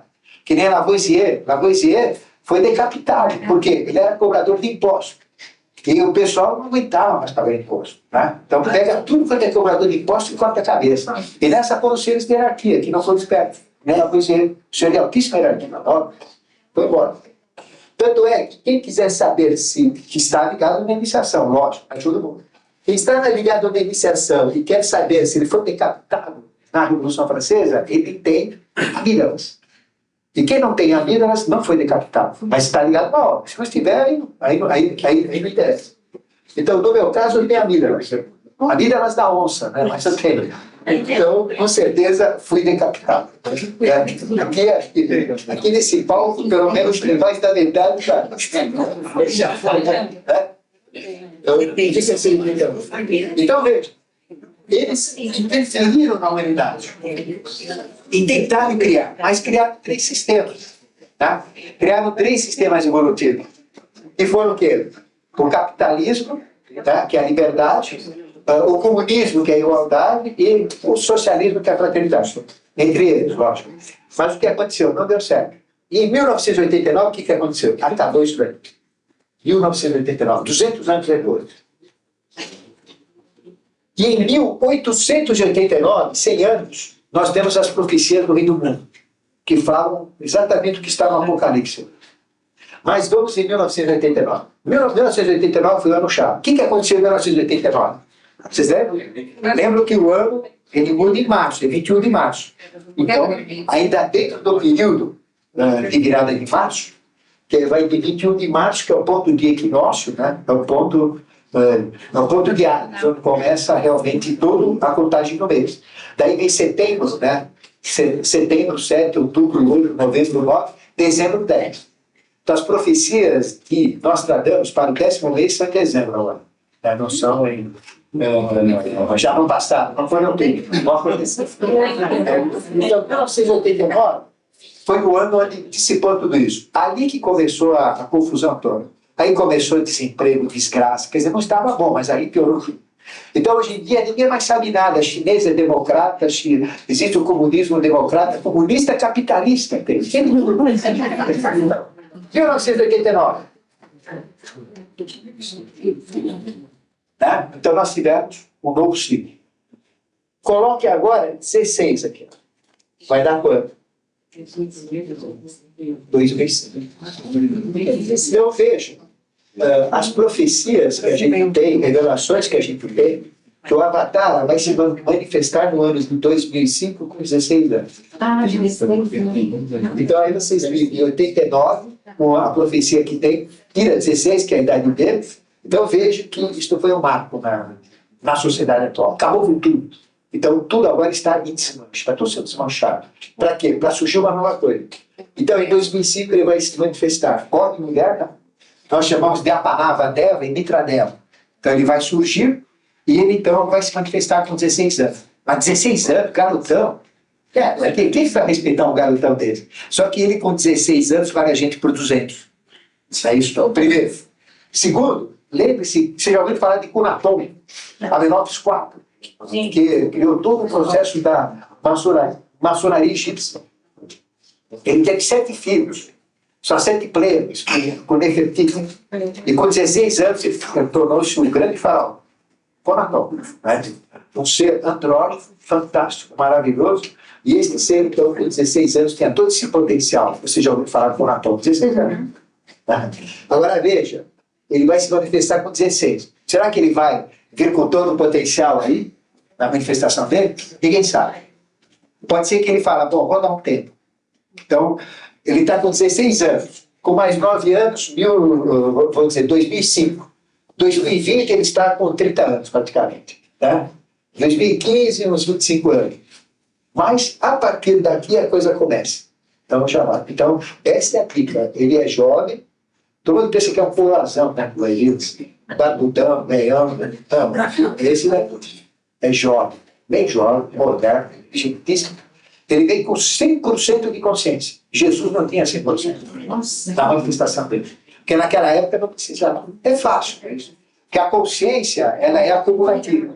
À medida que ela é criada, ela é acumulada. E as hierarquias acumulam. Da época de Jesus e a época atual, a consciência dele era 75%. Este vem com 100% de consciência. Então, o próprio Jesus, ele acumulou essa experiência. Então, ele tem 100%. Então vai vir com 100% de consciência homem e mulher. E ninguém sabe se é um aspecto feminino que manda. Porque não tem casa que é a mulher que manda. Acho que estou...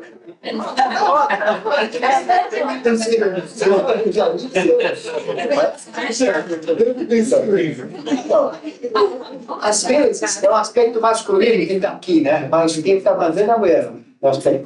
Como Maria teve uma influência muito grande nos fenômenos crísticos, ela não pode ser dispensada. Então, possivelmente, tudo leva a crer que a mulher vai comandar. Pela própria espiritualização da mulher e pelo ciclo atual. Tudo leva a crer. Se eu apostasse, né, eu jogaria a mulher. E acho que eu ganharia. Então, ele já está no nosso meio. Mas só que, junto com essa beleza, também tem a feiura que está aí. A diferença também está aí. Então, os dois são iguais. Eles estão no mesmo processo, a mesma coisa, estão ali. Só que o desenrolar dos acontecimentos, então, vai ser assim. Então, ficou claro sobre a manifestação? Reconhecimento. Como é que a gente vai reconhecer o avatar? Para a gente fechar. Como é que a gente vai reconhecer? Simplesmente por estado de consciência. Se a gente tiver o mesmo estado de consciência dele, é a história do selo. Não adianta ir lá numa igreja tal que está vendendo selo. Que nós já houve épocas que tinha a galinha que botava selo, ovo numerado. E o pessoal pagava uma nota para pegar aquele ovo numerado, pelo ovo apocalíptico, e levava para casa que era o número dele. Então, a galinha ia botar 144 mil ovos. Olha o negócio. No boteco, lá na Inglaterra. Só que o sujeito desconfiou e todo mundo comprando ovo, filas. E a galinha não botava tanto ovo assim, né? De vez em quando saíam uns 2, 3, 4, 5 por dia. Mas uma nota que eles cobravam. Até que chegou numa hora, o sujeito foi, viu pela festa como é que surgiam os ovos. Então, o homem estava o ovo e a mulher dentro da galinha. E a galinha botava o ovo. Quer dizer, coitada da galinha. Mas, é no ovo apocalíptico. Então, esse número aqui que está dentro de nós. Nós temos esse número dentro de nós. Nós temos o selo. E os próprios textos, eu não falei dele, mas ele fala que os pagãos, antigamente, eles tinham marcas nas mãos. Eles colocavam o símbolo, né? O símbolo da entidade que eles cultuavam na mão, para não serem pegos. Né? Alguém falava, ó, sou teu, hein? Põe no pulso. Daí vem essas marcas. Não é isso? E hoje em dia a gente começa a ver que a identidade vai estar inserida aqui através do código de barras, né? Que é lei. Isso não é nada. A gente já tem identidade, tipo sanguíneo, nome, tem tudo aqui. Grudado na pedra. A gente fala, Cacilda, olha aí, já deu então o apocalipse aí. Você vê, isso está fazendo nos Estados Unidos, sem o código humano. Então, morreu o sujeito, queimou tudo lá, mas o código não tem. Passa lá, tá lá. Então, esse é fulano de tal, RG tal, que nem eles usam aquela chapinha que a gente vê nos filmes de guerra. Só que é aqui. Então, veja, o padrão, o reconhecimento vai ser em cima do nosso padrão. Então, é um momento para a gente repensar a nossa vida, para a gente buscar realmente o lado positivo, o lado feliz. Não é? Se a gente buscar a felicidade, a alegria, se a gente buscar o bem, o belo, desenvolver o amor dentro de nós, a gente vai estar dentro do padrão crístico. Independentemente se eu sou da Seixoreira, se eu sou crente, se eu anuncio jornês, se eu aprimo rei, se eu sou da Umbanda, se eu sou espírita, se eu sou católico, não interessa. O que interessa realmente é que a pessoa viva dentro de padrões evolutivos ligados à ética, à justiça, à moral, entendeu? Como o próprio Apocalipse fala, que muitos evangélicos dizem que só quem aceita Jesus, não é verdade, porque ele é o padrão. Mas eu posso aceitar Jesus de uma maneira diferente. Se eu não conheci Jesus, eu conheço um padrão de ética, um padrão de moral, né? Um padrão de justiça. Aquele é o meu Jesus, não precisa ter o nome de Jesus. Então o chinelo tem que ser salvo. O sujeito da Nova Guiné lá vai ser salvo. Todo mundo pode ser salvo se ele tiver aquele padrão. Então este é o selo real. Então o selo é o nosso próprio chakra cardíaco, que tem o nosso registro evolutivo. Então a gente tem que desenvolver valores de alma realmente. Né? O reconhecimento do avatar é assim. O anticristo ele tem um poder desgraçado, muito forte, igual a Cristo, não tem diferença nenhuma. Por isso que é perigoso. E eles vêm como? Três Cristos, 3 anticristos. Vamos falar do anticristo. 3 anticristos. Fala, não, são 3. Depois tem 7 aspectos. E 12 seres ligados. Então são 22. Olha o jogo aí. Ser enrolado por eles é a coisa mais fácil. Cada um deles tem 7 aspectos. E aí vem todo o jogo centenário dele. O que tem de anticristo aí no meio está enorme. Eles estão soltando de balde uma figura chamada Assurim. Um bichinho desse tamanho, que o clarividente vê, sempre dentro dos banheiros. Ele entra na casa e vai para o banheiro. E fica lá, esperando os acontecimentos. E começa a tormenta, tentam, provocam. É terrível esses assuntos. O que tem deles por aí na humanidade, um monte. Como também a gente tem entidades do bem, né, tentando resgatar. Então a gente está sofrendo ataques, influências terríveis. E esse reconhecimento do avatar, nós vamos reconhecer em cima dos objetivos de lei. Então, o que vocês têm que saber? O que é ética?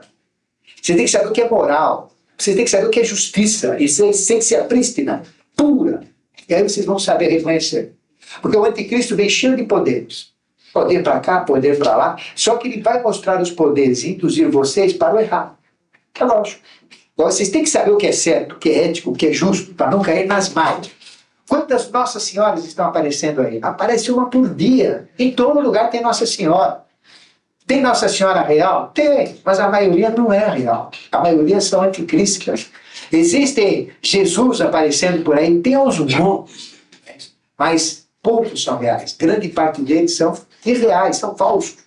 Ou vocês acham que estas seitas que provocam suicídio coletivo não viram Jesus? Lógico que viram. Viram Jesus. Só que é o Lúcifer se fazendo passar por. Então ele vem bonito, cheio de chagas aqui, ó. Eu tenho as chagas aqui, ó. Então meu peito aberto, olha minha mãe aqui, Nossa Senhora, que linda que ela é. Olha que luz, que esplendor. Eles têm luz também. Eles fazem qualquer coisa. Aí chega lá, no filme, cometa o suicídio e vem abaixo dos seus braços. O que é isso? O cara tem um negócio não tem, fala, ai, Jesus, tumbou ele. Quer dizer, ele não foi nada. Quer dizer, ele deixou, ele não pode matar a pessoa, não pode agir por ela, mas ele induz a agir errado. Esta é a manha do anticristo. E se vocês fossem anticristo, onde vocês iriam?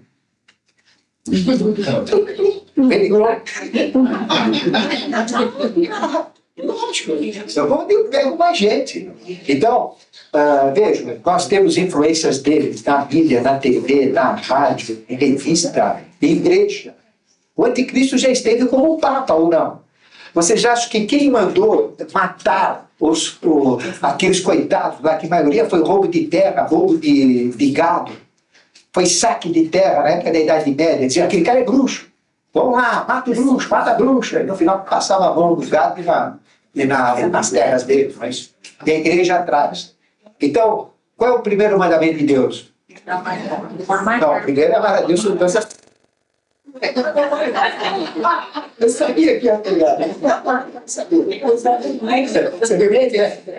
O primeiro é amar a Deus sobre todas as coisas. O segundo, amar a si mesmo. Que é amar o próximo como a si mesmo. Então eu tenho que me amar para depois amar o próximo. Então, esse é o segundo. Mas o quinto, né, é não matar. Então o quinto mandamento de Deus é não matar. E eles mandavam matar. E não é matar só dando uma paulada na cabeça, é botar fogo vivo. Então veja a maldade. Então nós tivemos papas dele, papas anticristos, a gente chama. Veja isso.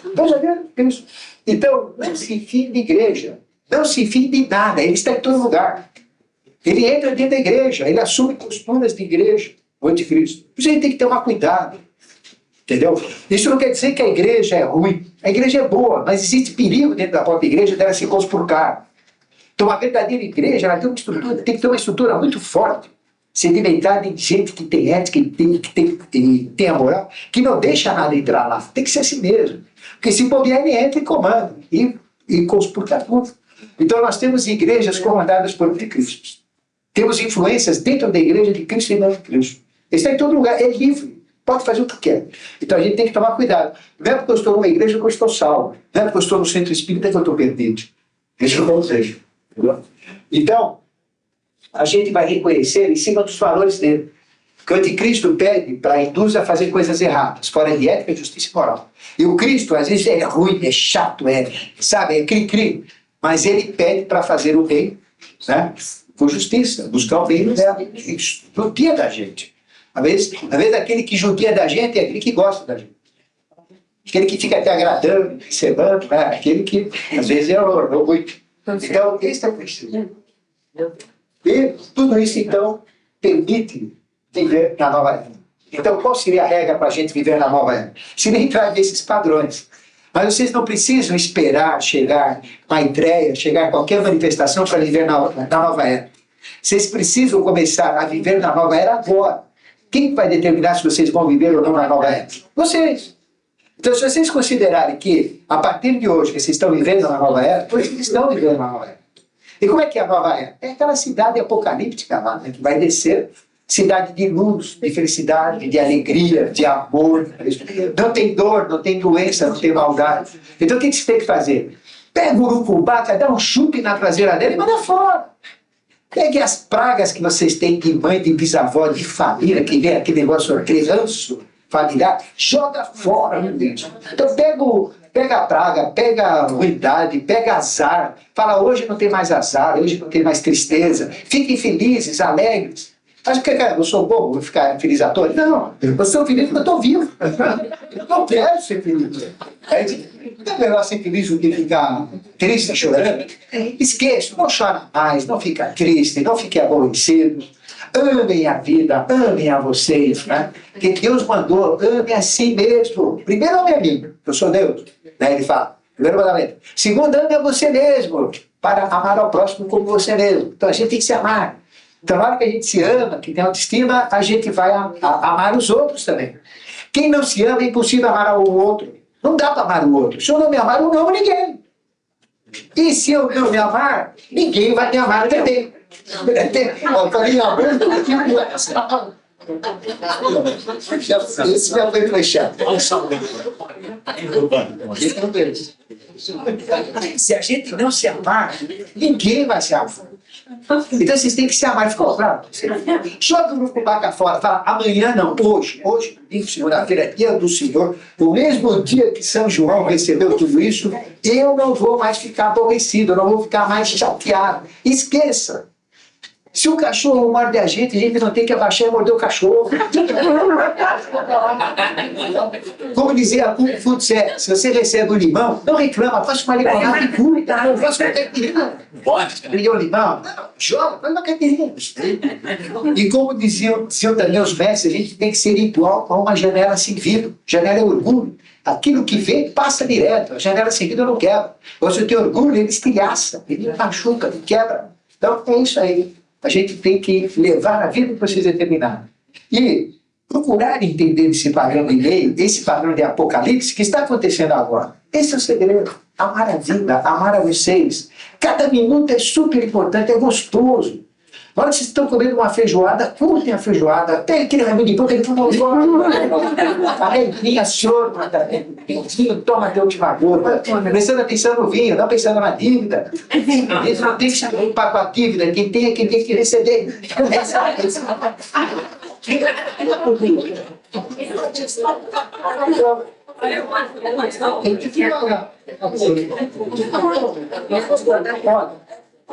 Se vocês buscarem o lado bem, o lado alegre, o lado feliz, o lado próspero, o lado otimista, o lado de todas as coisas, por pior que seja um bandido do pavilhão 9, ele tem coisa boa. Ele é o menor bandido, ele já é o bom dele. Por pior que seja uma coisa, ela tem sempre um lado bom dentro dela. É isso. Tem sempre um lado bom. A gente aprende muito com essas coisas. Então, a postura é essa. Então, o objetivo da gente trazer este workshop é realmente fazer esse trabalho de interiorização. Eu só fiz ver o workshop aqui, mas não é. Vocês que têm que fazer. Então, vocês têm que pegar esses valores dos arcanos e confrontarem com o Apocalipse. É uma realidade só. São duas maneiras diferentes. Uma de uma escola de iniciação, que os arcanos foram deturpados popularmente, mas é um conhecimento sagrado, uma linguagem sagrada. E qual é o arcano dos arcanos? Qual é o arcano dos arcanos? Existe o arcano maior, que o Eliphas Levi falava, sabe qual que é? É Cristo. Esse é o arcano dos arcanos. É o mistério dos mistérios, que é a síntese disso tudo que eu falei. Né? Então, esse é o processo. E se eu quiser me unir a Cristo, eu tenho que decidir como Cristo. Cristo é alegria, Cristo é poder, Cristo é felicidade, Cristo é sucesso, Cristo é prosperidade, Cristo é reino, Cristo é saúde. Cristo... Então, esquece o joanete, esquece o encravado, esquece a dor de barriga, esquece tudo isso. Fala, não tenho nada disso. E a gente se cura mesmo, a gente sabe positivo. Esse é o ponto. Então, se vocês quiserem se unir a isso tudo, é isso que vai fazer. Esquece o mal não existe. Anticristo, olha, não tem poder nenhum para você. Pode vir com 7 cabeças, 10 chifres, com enxofre, não tem poder nenhum. Não tem que ter medo do Apocalipse, não. Não tem que ter, não. Ele não tem poder nenhum sobre vocês. Porque nós temos livre-arbítrio. Então, se eu não aceitar o poder dele, não tem. Agora, se eu ficar tremendo de medo na barra, já fez efeito. O medo já me prejudica. Da mesma maneira, o Cristo que vem aqui com toda aquela hóstia angélica não tem poder nenhum, depende de mim. Se eu não aceitar, se eu não me afinar com ele não vai fazer nada. Então, vocês têm que acordar. Eu que defino a minha vida. Não é minha mãe, não é meu pai, não é a sociedade, não é minha mulher que é chata, não é meu marido que é terrível. Eu sou por causa do meu marido. Você só porque você é um idiota. Você só por você. Quem teu marido faz sofrer? Quem faz você sofrer é você, porque você aceita o sofrimento dele. Isso não quer dizer que você tem que dar um tiro nele, matar ele, acabar com ele. Não, você tem que fazer com que isso não exerça influência em você. Esse é o ponto. A gente tem que transformar as pessoas. E se a gente viver assim, nós transformamos os outros. Então, através do livre-arbítrio, aquilo que vocês determinarem acontece. Esse é o que vocês têm que fazer. Então, eu vou viver com Cristo. Sem ser lá um sujeito doido aí que fica aí só lendo Bíblia 24 horas por hora. Não interessa ler Bíblia, o que interessa é viver a Bíblia.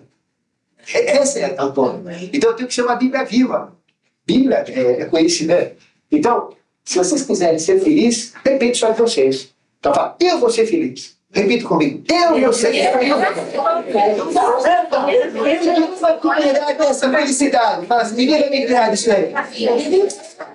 Pô, não vai tirar. Se você determinar, ninguém vai tirar. Quem que tira? É isso aí, então vamos lá. Tá bom. Felicidade. Infelizmente, o Carvalho não pôde vir, realmente ele teve esse problema. Em nome dele, eu peço desculpas por ele não poder estar aqui, mas foi um motivo de força maior, tá bom? E nós teremos em janeiro, Beatriz, em janeiro teremos o 6º workshop. Aí a gente abarra o Carvalho aqui. Então, bom dia para vocês. Obrigada.